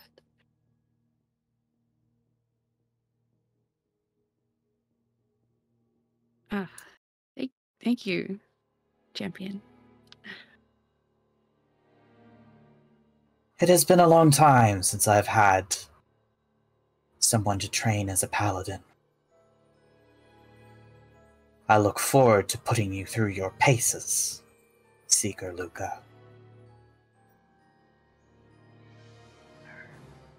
Sure. We'll end that scene there. Yeah. Oh. Nice. Willow? Willow. They're alone. Mm-hmm. Again. They're not taking it personal this time. Yeah. I guess. It's not like you guys are out with the Medani Inquisitives or anything. You guys just out doing your thing. And did N tell that they're going to Brina? Yeah, Probably. and wouldn't have left if Willow looked like they were in a deep funk or something. So No deep funk. Only It's just sneak a ass. thoughtful eating apple while staring at the sea sort of mood, Yeah. I imagine. yeah, so N would have said like they're gonna just stop by. They probably framed it like, oh, I forgot something at Brina's office. I'm gonna go swing by there and come right back. And it's like the thing I forgot is telling her thank you personally. Yeah. Yeah. Thank you for my entire life, Illy. I'm gonna say Willow clued into that too. Like, yeah, okay, have a nice, meaningful conversation, you idiot. Thanks. Luca also off to have a meaningful conversation. Oh damn, I'm the only one here not having a meaningful conversation, aren't I? Unless I do imagine that there's that kind of lonely feeling, not lonely, alone feeling Mhm. But then the second pause of like, not really, huh? And I think as you think that, you hear knock at the door. Oh. Well, it jumps. If they were thoughtfully eating an apple, they drop it on the desk. There's that little like awkward wet splat of just like, no way. I was just thinking of you. That's creepy. They'll straighten themselves up and call through the door. Who is it? Telegram. Damon says, obviously sarcastic. Yeah, Lily rolls her eyes and opens the door. Didn't know they operated this late. Oh. Huh. Kind of thought the other two would be here. Oh well. I was gonna head down to the bar for a drink, seeing as it's our last night here all together. Do you want one?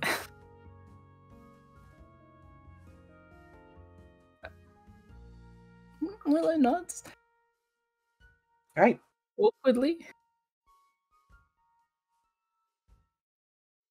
And yeah, okay, they'll follow. You follow Damon down to the bar. Yeah. He buys a round of drinks. What do you want? Before he does, Willow's going to pause him and do the rock, paper, scissors hand.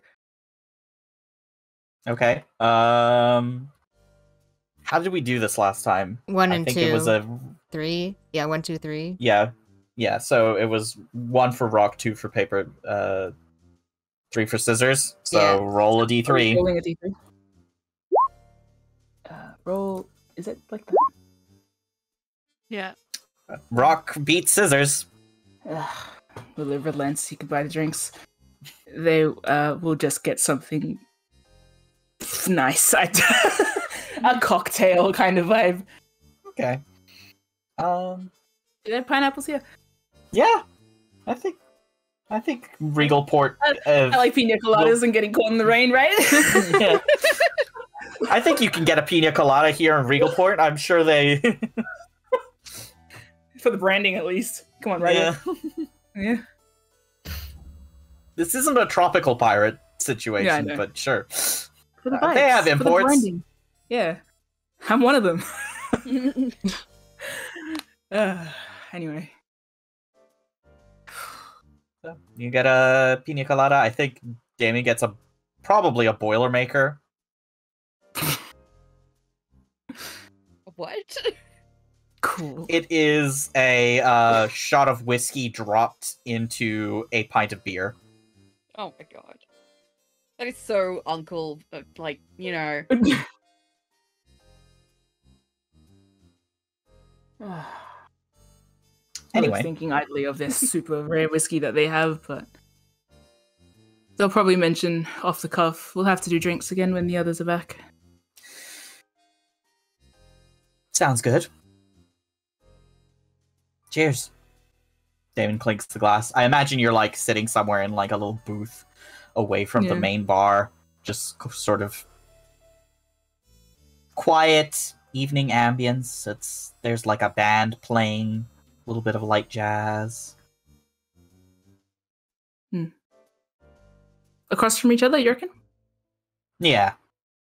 Yeah. Willow will sip for the toast, Mm-hmm. though he didn't really... They'll probably say this out loud, you didn't toast or anything. To the drinks. Okay, Willow will clink again. Sure, to the drinks.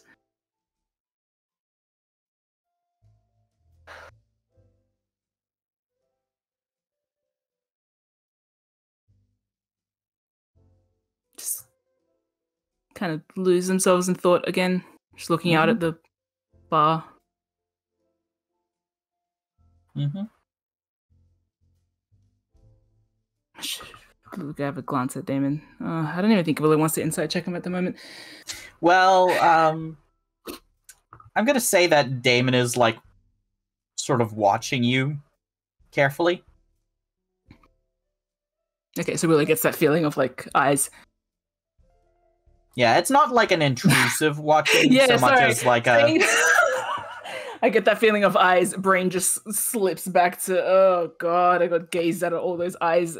Don't worry about it. Sorry, what were you saying? Not an intrusive look? It's not an intrusive sort of thing. It's like the way you sort of watch a small child or a pet do its thing. Wow. Like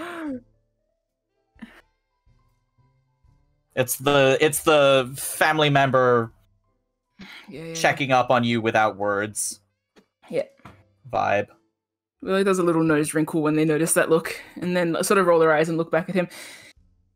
Sorry, this is a bit anticlimactic or whatever it is. I suppose I should be thanking you.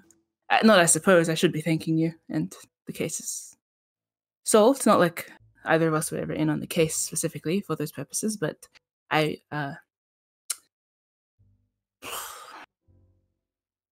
Don't worry about it. Glad you're not dead. Yeah.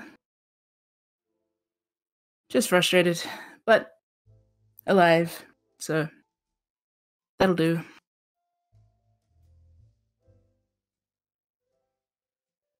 What? Is that good enough for you?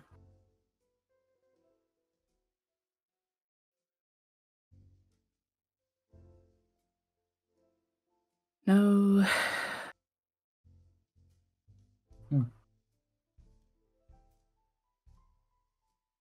Eamon takes a drink.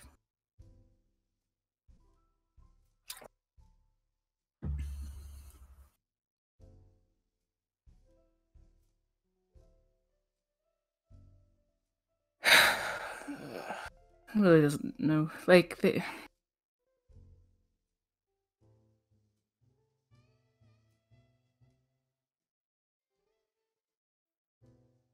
not the ending I'd like. It's not even the ending I dislike. It's just... Well, I suppose it's not an ending at all.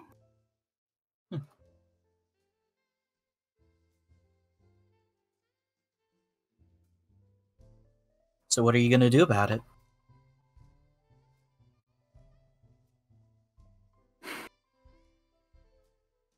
Haven't decided yet.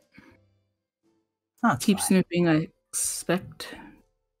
Knowing myself, I will go back to salvage tomorrow, mope, bounce back, start studying, get back into it. Hey. Could be worse. Could be dead. Could give up. Could.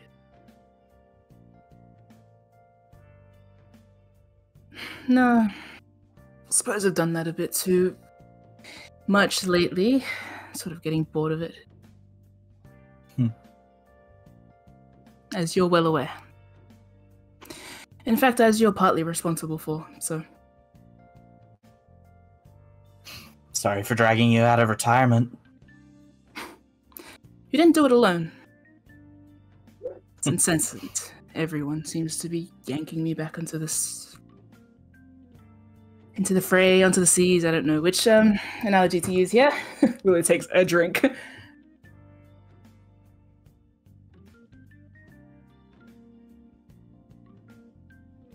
Well, what can I say? You're, suited to it. Yeah.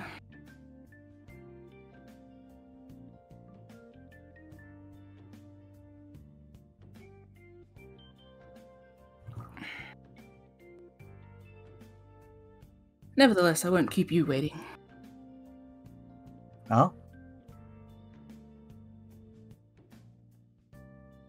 I already gave you my word, didn't I?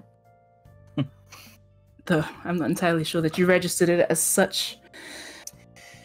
Yeah, I guess I, got a little lost in translation there.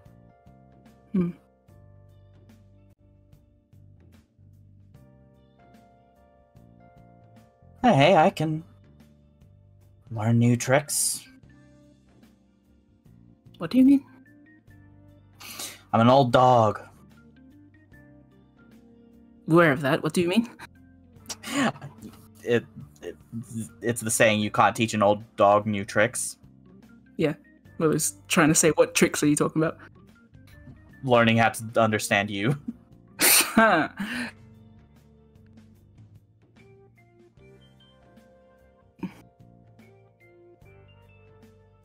didn't take that as just Willow being like, okay, dog, what else?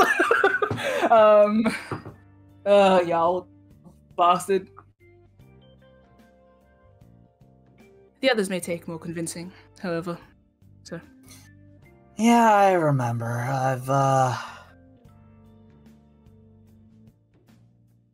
I've been looking into what kind of monster hunting jobs are around.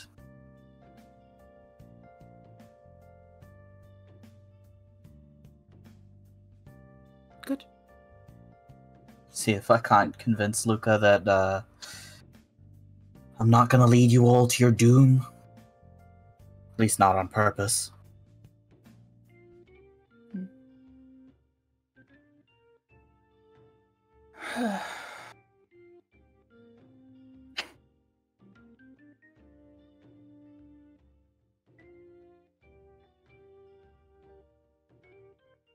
Was sort of looking at it, nothing at the...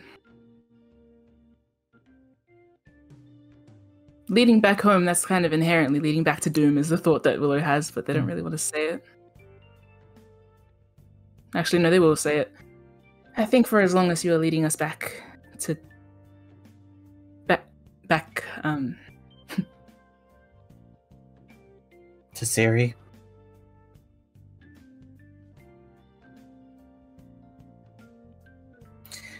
Yeah, well, I'd like to stack the deck in our favor first. That's why I said the whole time for detours thing. You know, I didn't want to lead with, let's go fight a corrupted dragon, you know? that's fair. Wanted to start with something a little less intimidating than the final goal, let's say. So, Symbiote Helm and an Othic? Yeah, well, I should have anticipated that you guys would have your own challenges. And there are plenty more where that came from. Willow raises their glass to him to clink without explaining what that was about. I'm sorry. I hear that. Well,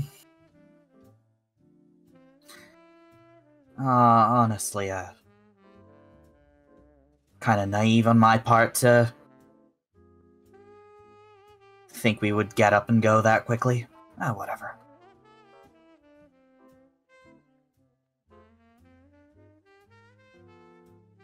Well, you stuck around. So. Mm-hmm. Still on track. More or As less. the inevitable conclusion comes to pass, then the rest is flexible. That's how I've seen it. What's this inevitable conclusion?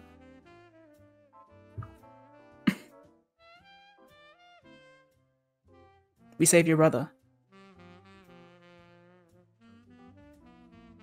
He gives a wry smile and, like, ducks his head. Laughs to himself a little bit.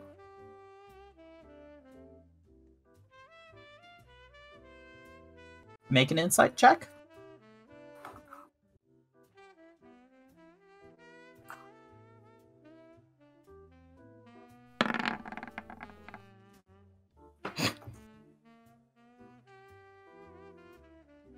That's all you get then. I hate my life!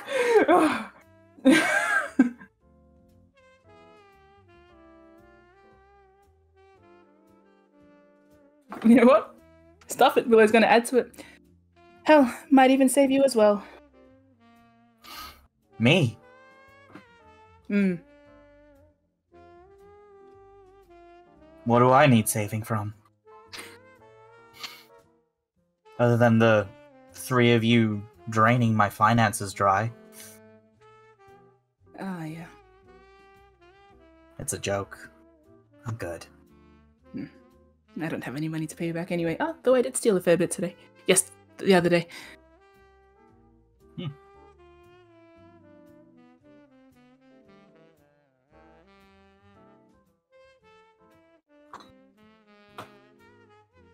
I can't roll another insight, can I? I don't think so yet. Okay.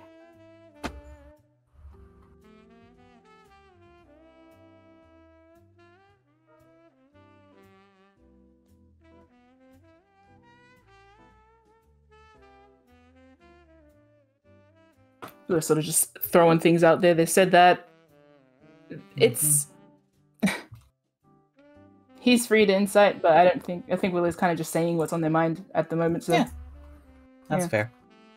I think the vibe is like, despite the fact that you guys keep sort of gently jabbing at deep and meaningful subjects, it's Yeah. still like pretty casual.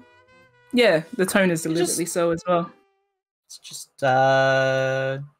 two colleagues having a drink. yeah. So good.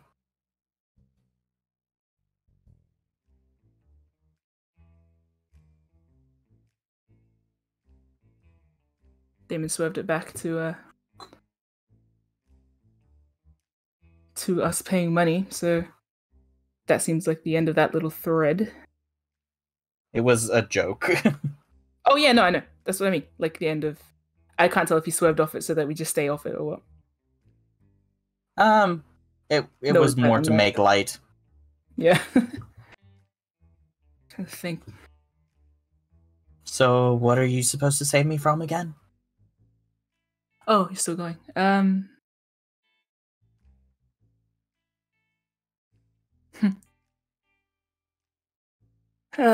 It's convoluted. You, it's like massages their head.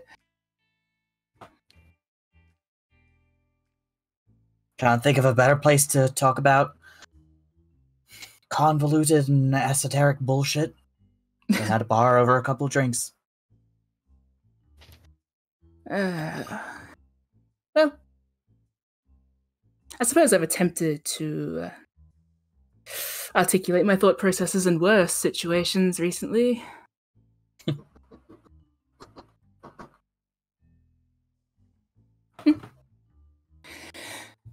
Consider it like this.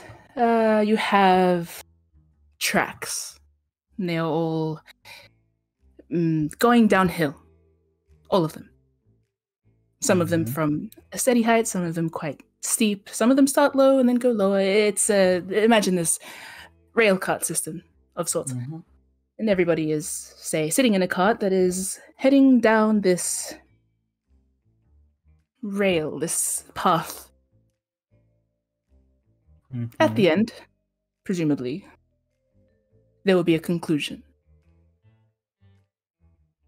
And the Yep. cart will, in whatever way, cease to exist. Sometimes certain situations move that cart forward faster. Sometimes things will get in the way of the cart. Sometimes, I don't know. There's a lot of conclusions for how the cart ends up. But the point of this is, you,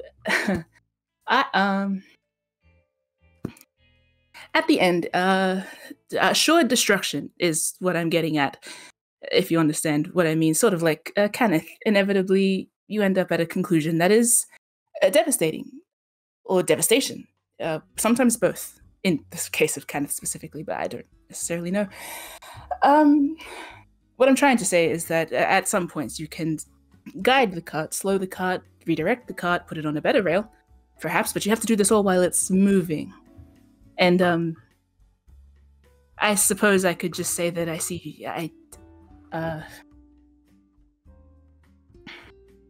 think your cart is meant to have another one attached to it, and I am not so sure that it knows where to go without it. Huh. Well, you had Though me this on is- the sort of gravitational consequences part. Not sure I follow on that last bit of the metaphor. Me neither, honestly. So disregard that part. It's. That's like realizing what they're saying out loud. I don't know. I don't know much about you. Honestly, even after all of this time of talking, and yes, you've been significant help, but I don't really know that much about what's happening. I just get an impression and an intuition, and I tend to trust it, I guess. Admittedly, I haven't been the most open book, but situation really hasn't been ideal for, he gestures between the two of you, team bonding. No, not at all. Kind of deliberately so. Yeah. Well, I thought it might be easier for people involved if there wasn't all the... He makes a vague hand gesture. Personal baggage attached, I mean. Anyway, I've been wrong before, and I'll be wrong again eventually.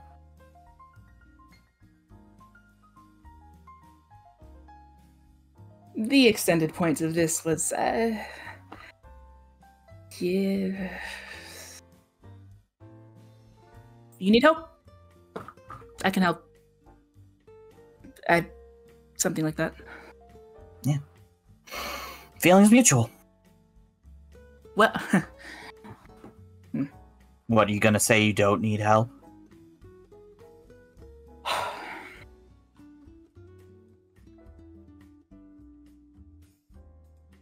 no.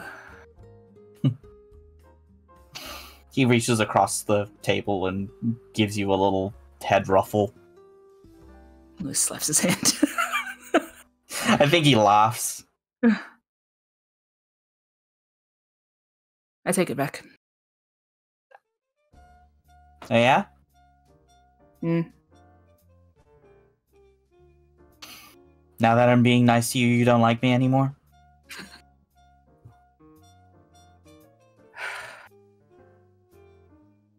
Kidding. Willow just doesn't know how to. Willow just doesn't have a comeback. I just can't think of one.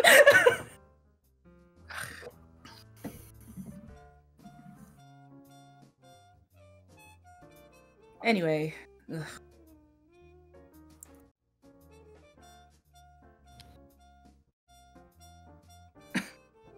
Anyway. Both was embarrassed.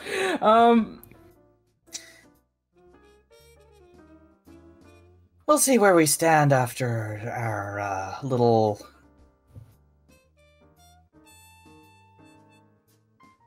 monster hunting field trip. Hey? Who?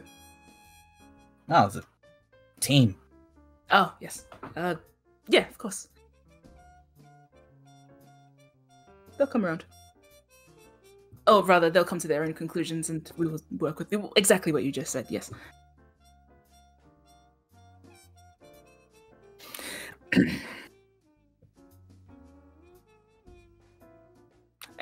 You can keep the orb. The thing. Oh.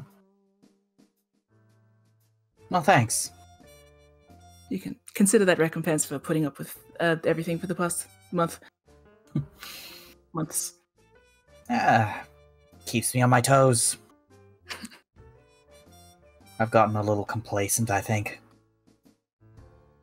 You and me both. Damon lifts his glass. To no longer being complacent.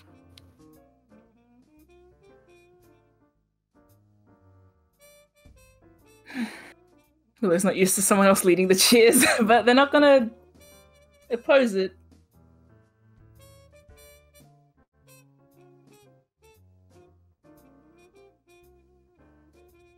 They do hesitate, though. There's a hesitation when they think about it. I kind of wish they had something more significant to say, but...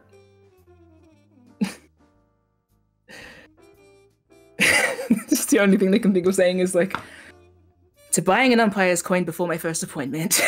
Clink.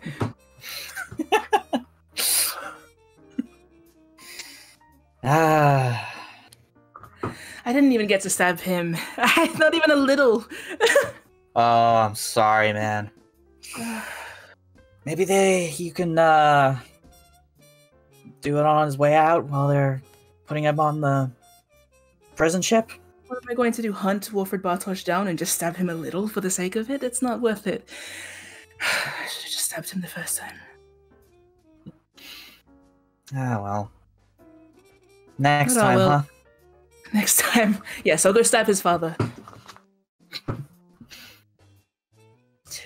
Oh, it's so annoying.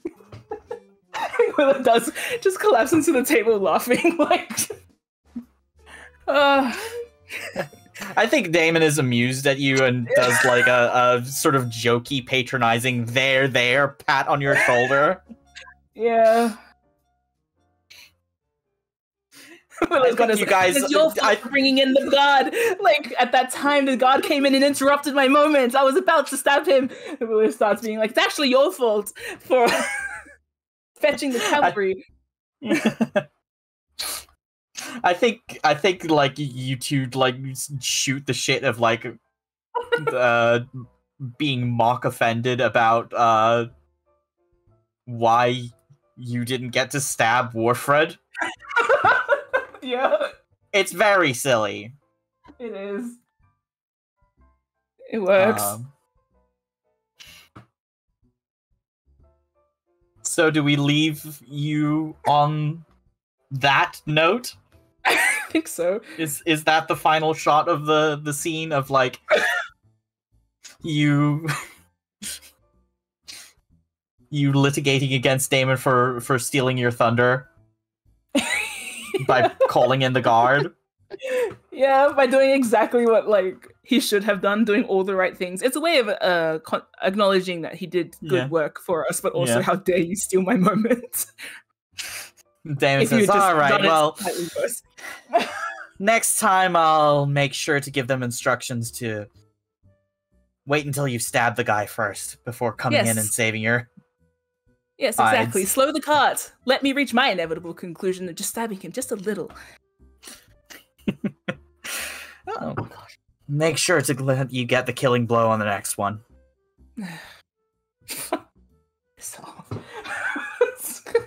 He's been agonizing over this for the past few days. I didn't intend to kill him. I just wanted to stab him. Figure of speech. The finishing blow. Didn't even... Not even a whisper. Just... Banter. Banter. Damon can mock me about not being fast enough to get the finishing blow in before he arrived. Yeah. I think Damon says, well, I guess if you want to do that next time, I better teach you how to use that sword of yours. No. I didn't get to stab you either. Best 2 out of 3 then? Willa raises their glass to toast to it again. Yeah. And I think on that, they've realized that they're out of drinks and then they'll go fetch another one, but yeah. Yeah. You're gonna get litty. Yeah. And I think on that toast of like, you will get good enough to stab Damon. Yep. We close the episode.